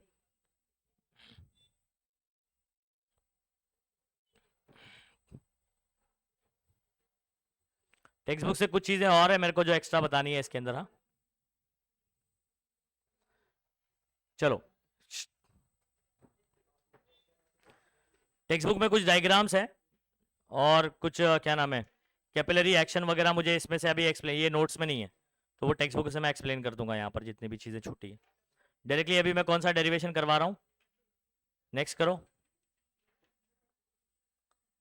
ये लेप्लास, ठीक है। A one of the very very important derivation, सुनो बात को। ये कितने मार्क के लिए आपको बोर्ड एग्जाम में पूछ चुका है? 3 मार्क्स के लिए। कितने मार्क्स के लिए? 3 मार्क्स के लिए सिर्फ डेरिवेशन आता है। सुनेंगे सभी बच्चे? बहुत ही इंपॉर्टेंट है और डिफिकल्ट नहीं है।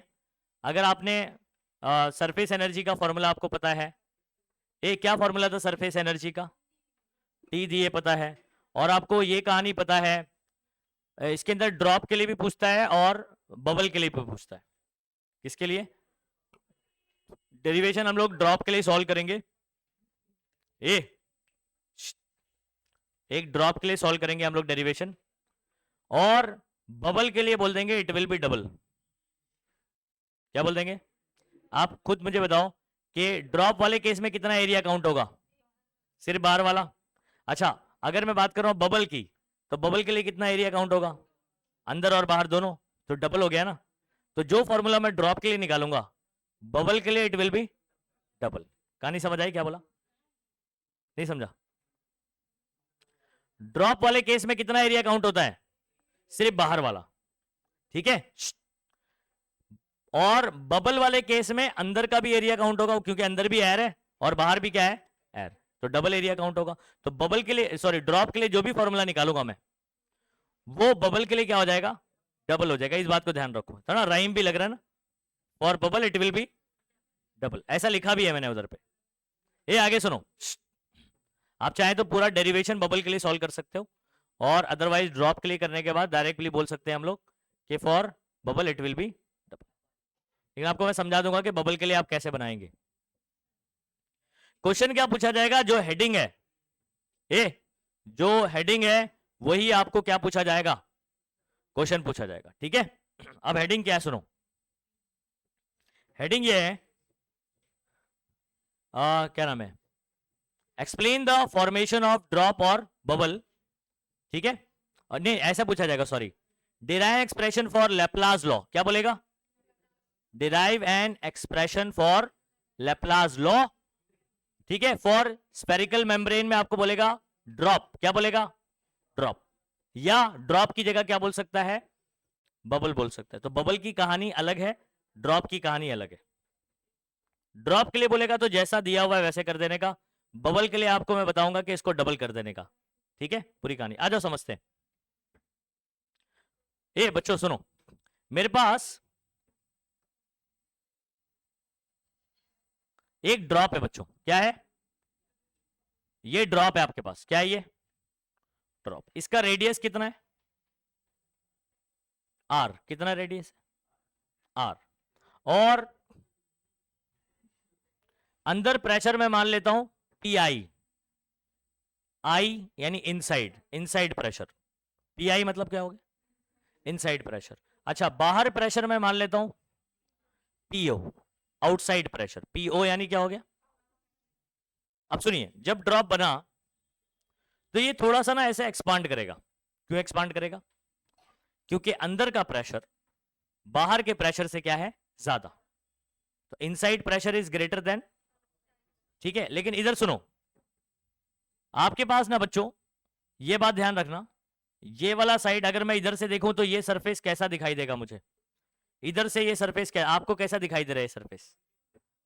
कॉनकेव, कॉनकेव, ठीक है। अच्छा, मैं इसको यहां से देखता हूं तो कैसे दिखाई देगा? ये कॉन्वेक्स। अच्छा, तो आप देख कहां रहे हो, ऑब्जर्व कहां से कर रहे हो, वहां से डिसाइड होगा कॉनकेव और कॉन्वेक्स। तो यहां से कॉनकेव है, यहां से क्या है, और यहां से देखता हूं तो कॉन्वेक्स है।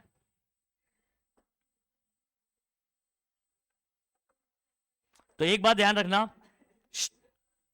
Pressure on concave side, concave side का जो प्रेशर है is always greater than convex से ग्रेटर होगा। थोड़ा सा फील कर लो, समझ आ जाएगा।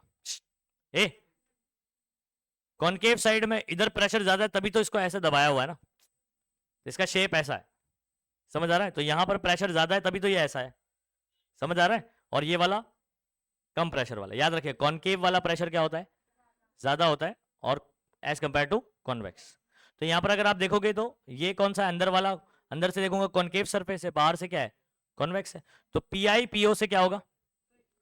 अच्छा, अगर ये अंदर का प्रेशर ज्यादा है तो ये लिक्विड एक्सपांड करेगा। लिक्विड क्या करेगा? ये लिक्विड ड्रॉप एक्सपांड करेगा। अब हम लोग मान लेते हैं कि ये जब एक्सपांड करता है तो थोड़ा सा रेडियस बढ़ गया। कितना रेडियस बढ़ गया? थोड़ा सा। कितना बढ़ गया? Del R. रेडियस में जो चेंज आ रहा है, रेडियस में जो चेंज आ रहा है वो कितने का आ रहा है?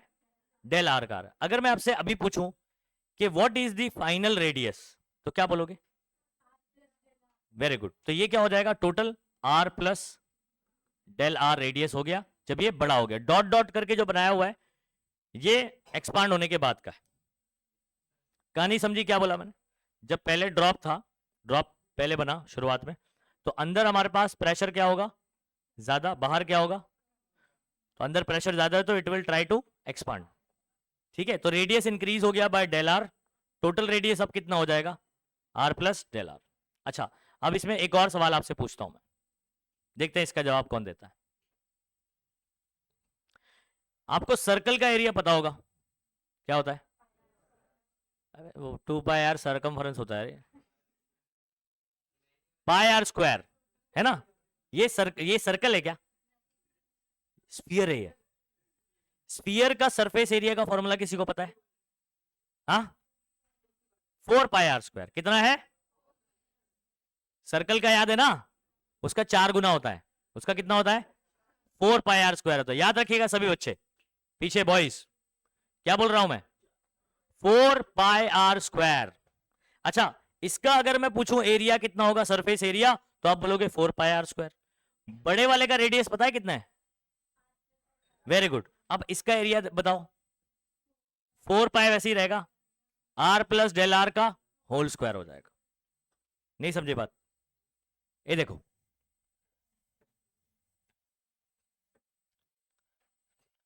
ये वाले का रेडियस कितना है? Are.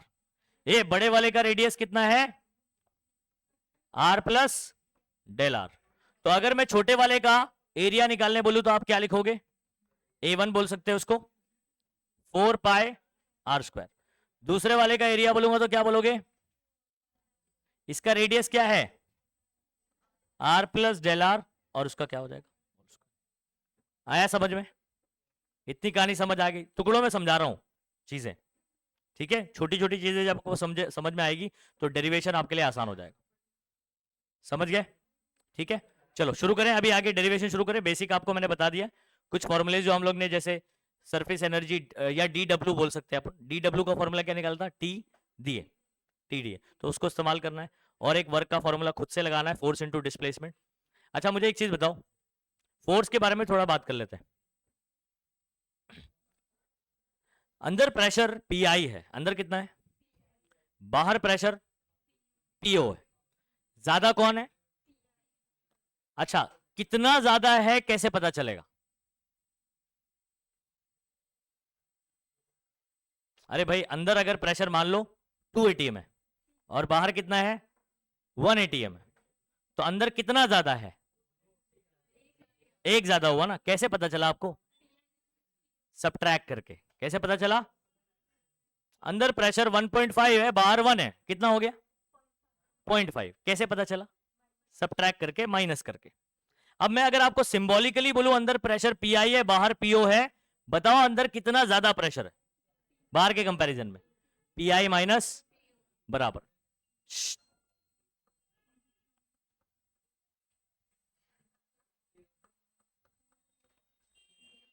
A, this PI minus PO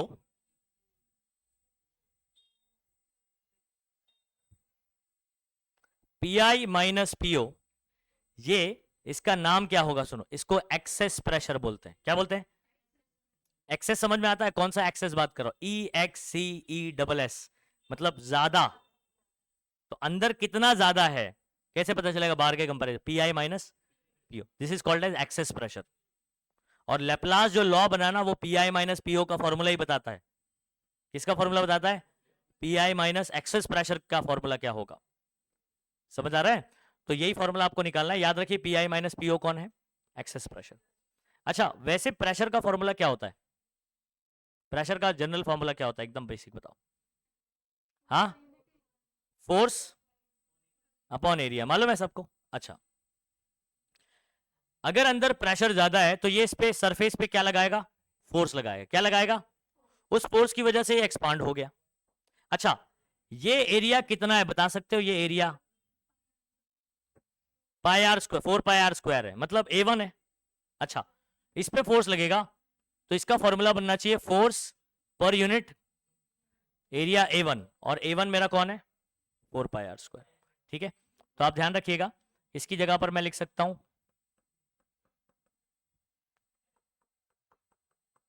तो अगर मैं पूछूं आपसे कि अंदर फोर्स कितना लग रहा है, तो आप ये इसको यहां भेज दीजिए। ये आपका फोर्स का फॉर्मूला क्या बन जाएगा बच्चों? PI minus PO into what? 4 pi R square. इतनी कहानी समझ आ गई? वापस से पूरी कहानी रिकॉल करते हैं। ठीक है, आपके पास एक ड्रॉप बना, ड्रॉप के अंदर प्रेशर कितना है? PI। ठीक है, अच्छा बाहर प्रेशर कितना है? अंदर प्रेशर बाहर वाले से क्या है? ज्यादा है, अंदर ज्यादा है। कितना ज्यादा है? तो PI माइनस PO।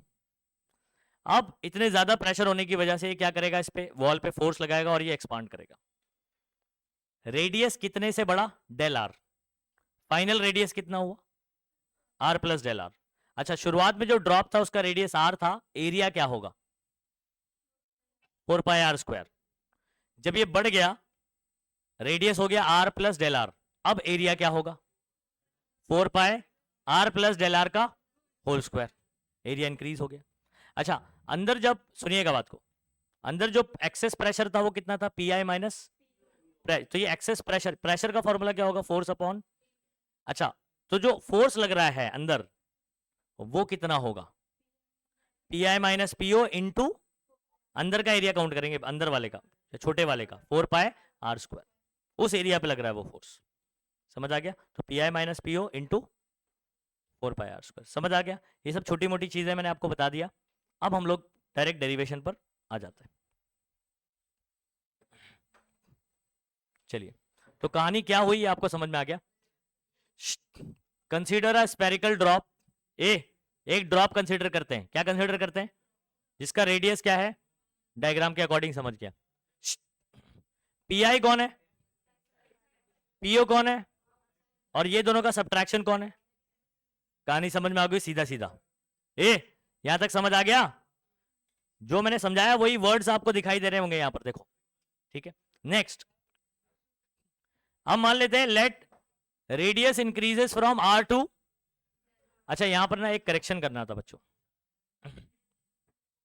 यहां पर ना डेरिवेशन में एक करेक्शन करना तुम लोग, हाँ हाँ,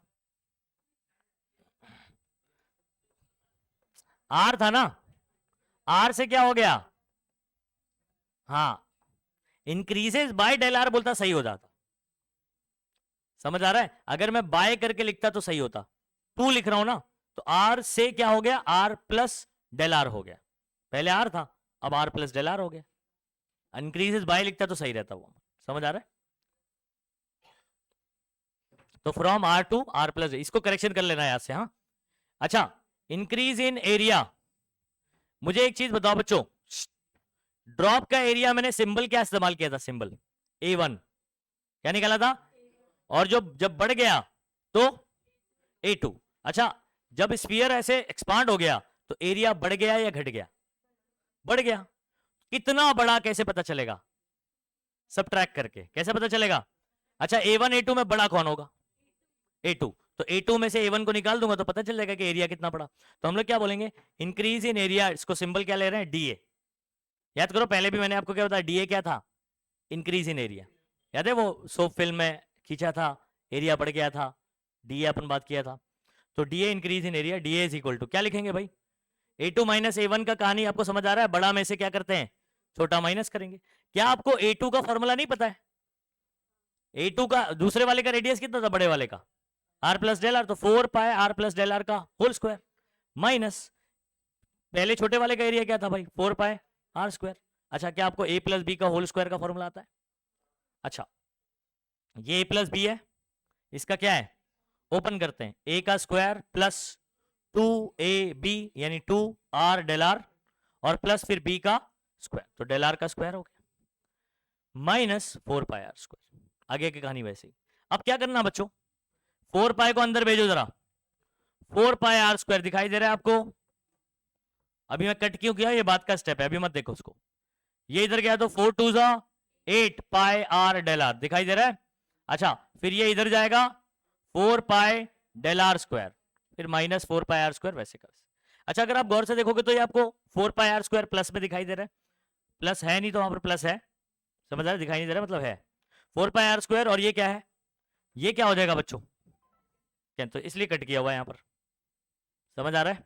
अच्छा, अब मेरे पास कितने टर्म बचे, 2 टर्म बचे। अच्छा, मैं एक चीज बता देता हूं, जो ये ड्रॉप जब एक्सपांड होता है ना, जो डेल आर है ना, it's value is very very small, del R की वैल्यू क्या होती है, बहुत ही स्मॉल होती है, पॉइंट में होती है। मान लीजिए बच्चों 0.01 है, कितना है 0.01, अगर मैं इसका स्क्वायर करूंगा तो क्या होगा, पॉइंट में बताओ, नंबर में बताओ, 0 पॉइंट, इसका जब आप स्क्वायर 2 बार मल्टीप्लाई करोगे ना तो ये नंबर ऐसा हो जाएगा। क्या ये नंबर स्क्वायर करने पर और छोटा हो गया या बढ़ गया, और छोटा हो गया, मतलब अगर कोई नंबर पॉइंट में होता है ना, 0 पॉइंट में होता है, याद रखिए उसका कभी भी स्क्वायर करने पर वो बढ़ता नहीं। जैसे फॉर एग्जांपल मैं आपको 2 लिखूं, सिर्फ 2 नंबर जो कि पॉइंट में नहीं है, 2 है, 2 का स्क्वायर क्या हो गया, ये तो बढ़ गया। लेकिन अगर यही 0.2 हो जाएगा ना, 0.2, इसका स्क्वायर करो क्या होगा, इसका स्क्वायर करूंगा ना, तो आप बताओ ये बढ़ गया कि घट गया, घट गया। तो जो 0 पॉइंट में होता है उसका, यानी जो छोटे नंबर्स होते हैं जो पॉइंट में हुआ करते हैं 0 पॉइंट में, उनका स्क्वायर करने पर वो और छोटे हो जाते हैं। क्या ये कहानी समझ आई। अच्छा, अब इस एक्सप्रेशन के अंदर डेल आर यहां पर है और डेल आर यहां पर भी है, लेकिन ये वाला डेल आर निग्लेक्ट नहीं करेंगे, ये वाले को निग्लेक्ट करेंगे, क्यों, क्योंकि डेल आर ऑलरेडी स्मॉल है और उसका स्क्वायर करूंगा तो क्या हो जाएगा, और छोटा हो जाएगा, जिसका इसमें एडिशन कोई फर्क नहीं लेकर आएगा, इसलिए इसको आप क्या कर देंगे, निग्लेक्ट कर देंगे। कहां निग्लेक्ट करेंगे, जहां पर स्मॉल क्वांटिटी यानी डेल आर का स्क्वायर क्यूब ऐसा कुछ हायर पावर होगा, तो वहां पर उसको क्या कर दिया जाएगा, निग्लेक्ट कर दिया जाए। बोलो समझ आया, निग्लेक्ट करने की कहानी समझ आई, निग्लेक्ट करने की कहानी, कोई है ऐसा माई का कला जिसको नहीं समझ आई, हाँ। अच्छा रीजन लिख सकते हैं आप, सिंस ये देखो ये ना, ये पॉइंट वाला ये सारी चीजें ना एक्सप्लेनेशन बुक में नहीं मिलेगा आपको कभी भी इतना डिटेल में, जो है ना पॉइंट कैसे निग्लेक्ट, क्यों निग्लेक्ट करना चाहिए इसका, सिर्फ उन्होंने बोल देंगे कि del R is small therefore neglecting this. अब बोले स्मॉल है तो क्यों निग्लेक्ट कर दें, समझ आ रही कहानी? तो डेल आर यहां भी निग्लेक्ट करना चाहिए, डेल आर स्मॉल है उसका हायर पावर और स्मॉल हो जाएगा, इसलिए हम लोग क्या कर देते हैं, निग्लेक्ट करते हैं। समझ गए? तो इसकी कहानी खत्म। ए बचा कौन, only 8 pi R del R. तो पहले तो 2 टर्म बचा यहां पर लिख दिया, फिर इसको निग्लेक्ट कर दिया, सिर्फ ये बचा। ए डीए कितना आ गया बच्चों, याद कर लो डीए कितना आ गया, इसको हम लोग इक्वेशन नंबर 1 दे देंगे, इक्वेशन नंबर 1। सभी बच्चे डीए याद कर लो, अभी क्या है DA.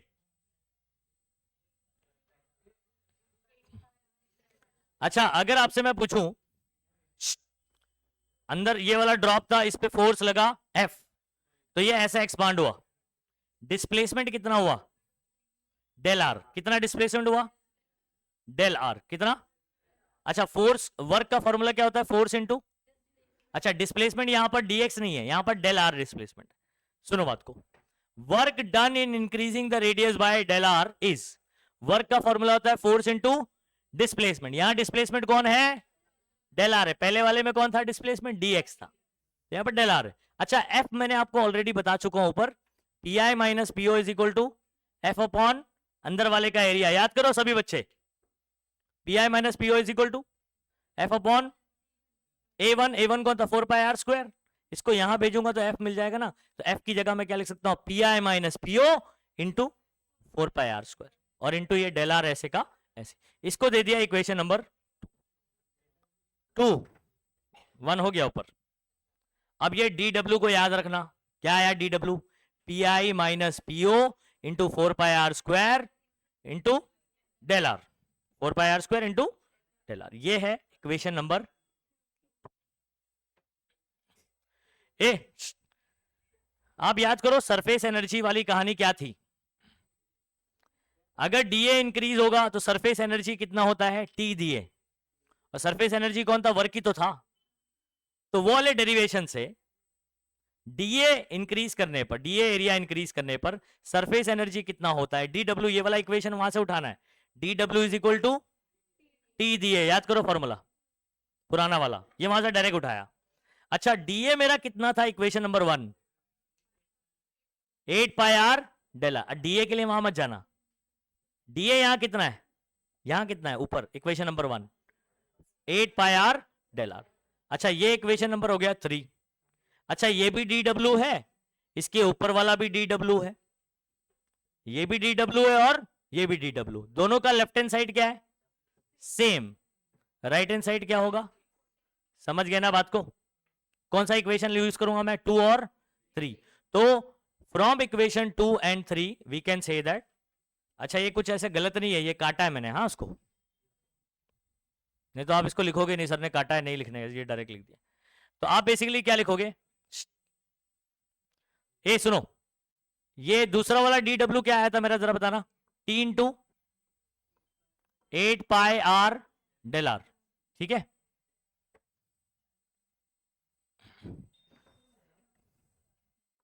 T into 8 pi R del R is equal to, चलो इधर ध्यान देंगे, पहला वाला क्या निकल कर आया था बच्चों, पी आई माइनस पीओ, मैंने बोला था इसको याद रखो।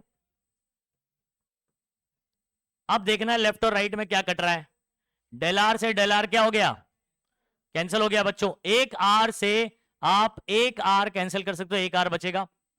ये पाया से पाया क्या हो गया, 4 1 4 2 जा, तो यहां पर क्या बचा, 2 और टी बचा, क्या बचा, और यहां पर क्या बचा, पी आई माइनस पीओ और एक आर बचा। ये आर को यहां ले लेंगे तो पी आई माइनस पीओ का फॉर्मूला क्या बन गया, 2t by R, P I minus PO का फॉर्मूला क्या बन गया, 2t बाय आर। ये ड्रॉप के लिए आया, किसके लिए आया बच्चों, for liquid drop, 2t by R किसके लिए। अच्छा जब मैं यही कहानी, सेम कहानी बबल के लिए बात करूंगा, तो उस उधर पे सारे एरिया डबल काउंट होंगे, सारे एरिया क्या है कैसे काउंट होंगे। और आपका यहां पर जो है ना, ये जो 8 पाया ये 16 आएगा, कितना आएगा 16 का काउंट होगा। तो जब आप इसको काटोगे 4 4 जा 16, तो इधर पे 4 आ जाएगा और ये 4t/r आएगा। मतलब 2t/r का formula for bubble it will be double. इसका डबल करने का क्या हो जाएगा बच्चों, समझ आ रहा है। तो 2t/r का क्या हो जाएगा 4t/r। अगर आपको बबल के लिए देखो डेरिवेशन दिया गया है ड्रॉप के लिए, बबल के लिए भी आप पूरा बना सकते हो, पूरा चेंजेस करना पड़ेगा आपको। लेकिन आप शॉर्ट में क्या बोल सकते हो, for bubble it will be double P minus PO is equal to 4t/। क्या इतनी कहानी समझ में आ गई।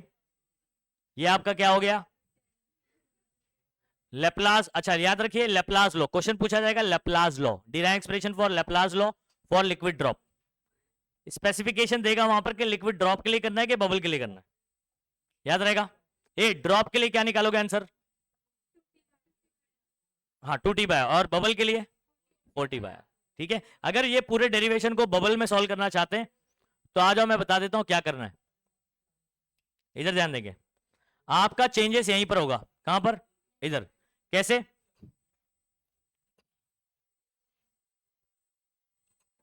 बड़े वाले का एरिया, बड़े वाले का जो एरिया आप देख रहे हो वो डबल होगा ना, बाहर का भी और अंदर का भी। छोटे वाले का भी बाहर और अंदर। अब इसकी थिकनेस बहुत कम है तो अंदर बाहर का दोनों एरिया क्या रहेगा, सेम रहेगा। क्या रहेगा, सेम। तो ये जो एरिया आप देख रहे हो ये क्या हो जाएगा इंटू 2, ये वाला भी इंटू 2। तो आप ये 2 कॉमन ले सकते हो ना। तो बेसिकली आप क्या कर सकते हो बच्चों, डायरेक्टली ऐसे सॉल्व कर सकते हो। सुनो चेंजेस क्या आएगा, चेंजेस क्या आएगा, अगर बबल के लिए करना है पूरा डेरिवेशन, कितना आ जाएगा ये 16πr/r है ना। बाकी आगे की कहानी कोई चेंज नहीं होगी, क्योंकि जो फोर्स लग रहा है वो सिर्फ सिंगल एरिया पे लग रहा है, अंदर वाले पे, तो वो डबल काउंट नहीं होगा, फोर्स एक ही एरिया पे लग रहा है। ओके, तो यहां पर आप समझे चेंजेस कहां करना है, सिर्फ यहां पर। और ये कितना आ जाएगा 16, और फिर लास्ट में ये सब सेम टू सेम चलेगा, सेम टू सेम। यहां पर आपको क्या चेंजेस करना है, यहां पर आपको क्या चेंजेस करना पड़ेगा, टी इंटू क्या हो जाएगा पता है, 8 क्यों आएगा,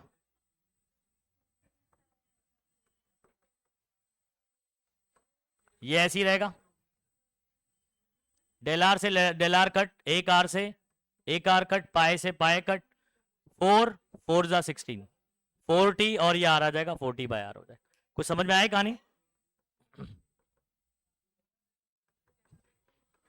ये अगर इसको बबल में कन्वर्ट करना है तो चेंजेस कहां करना है, सिर्फ डीए के अंदर, किधर चेंजेस करना है, और आपका आंसर आ जाएगा।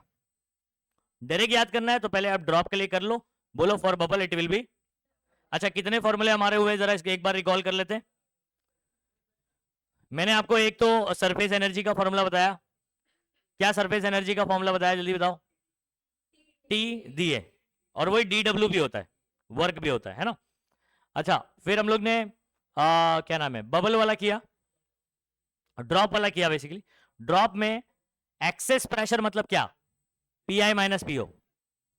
तो एक्सेस प्रेशर का formula for drop P I minus PO is equal to what, 2t/r। For bubble ये लास्ट वाला ही याद करना है, अंडरस्टूड। किसी को कोई डाउट बा इसके अंदर,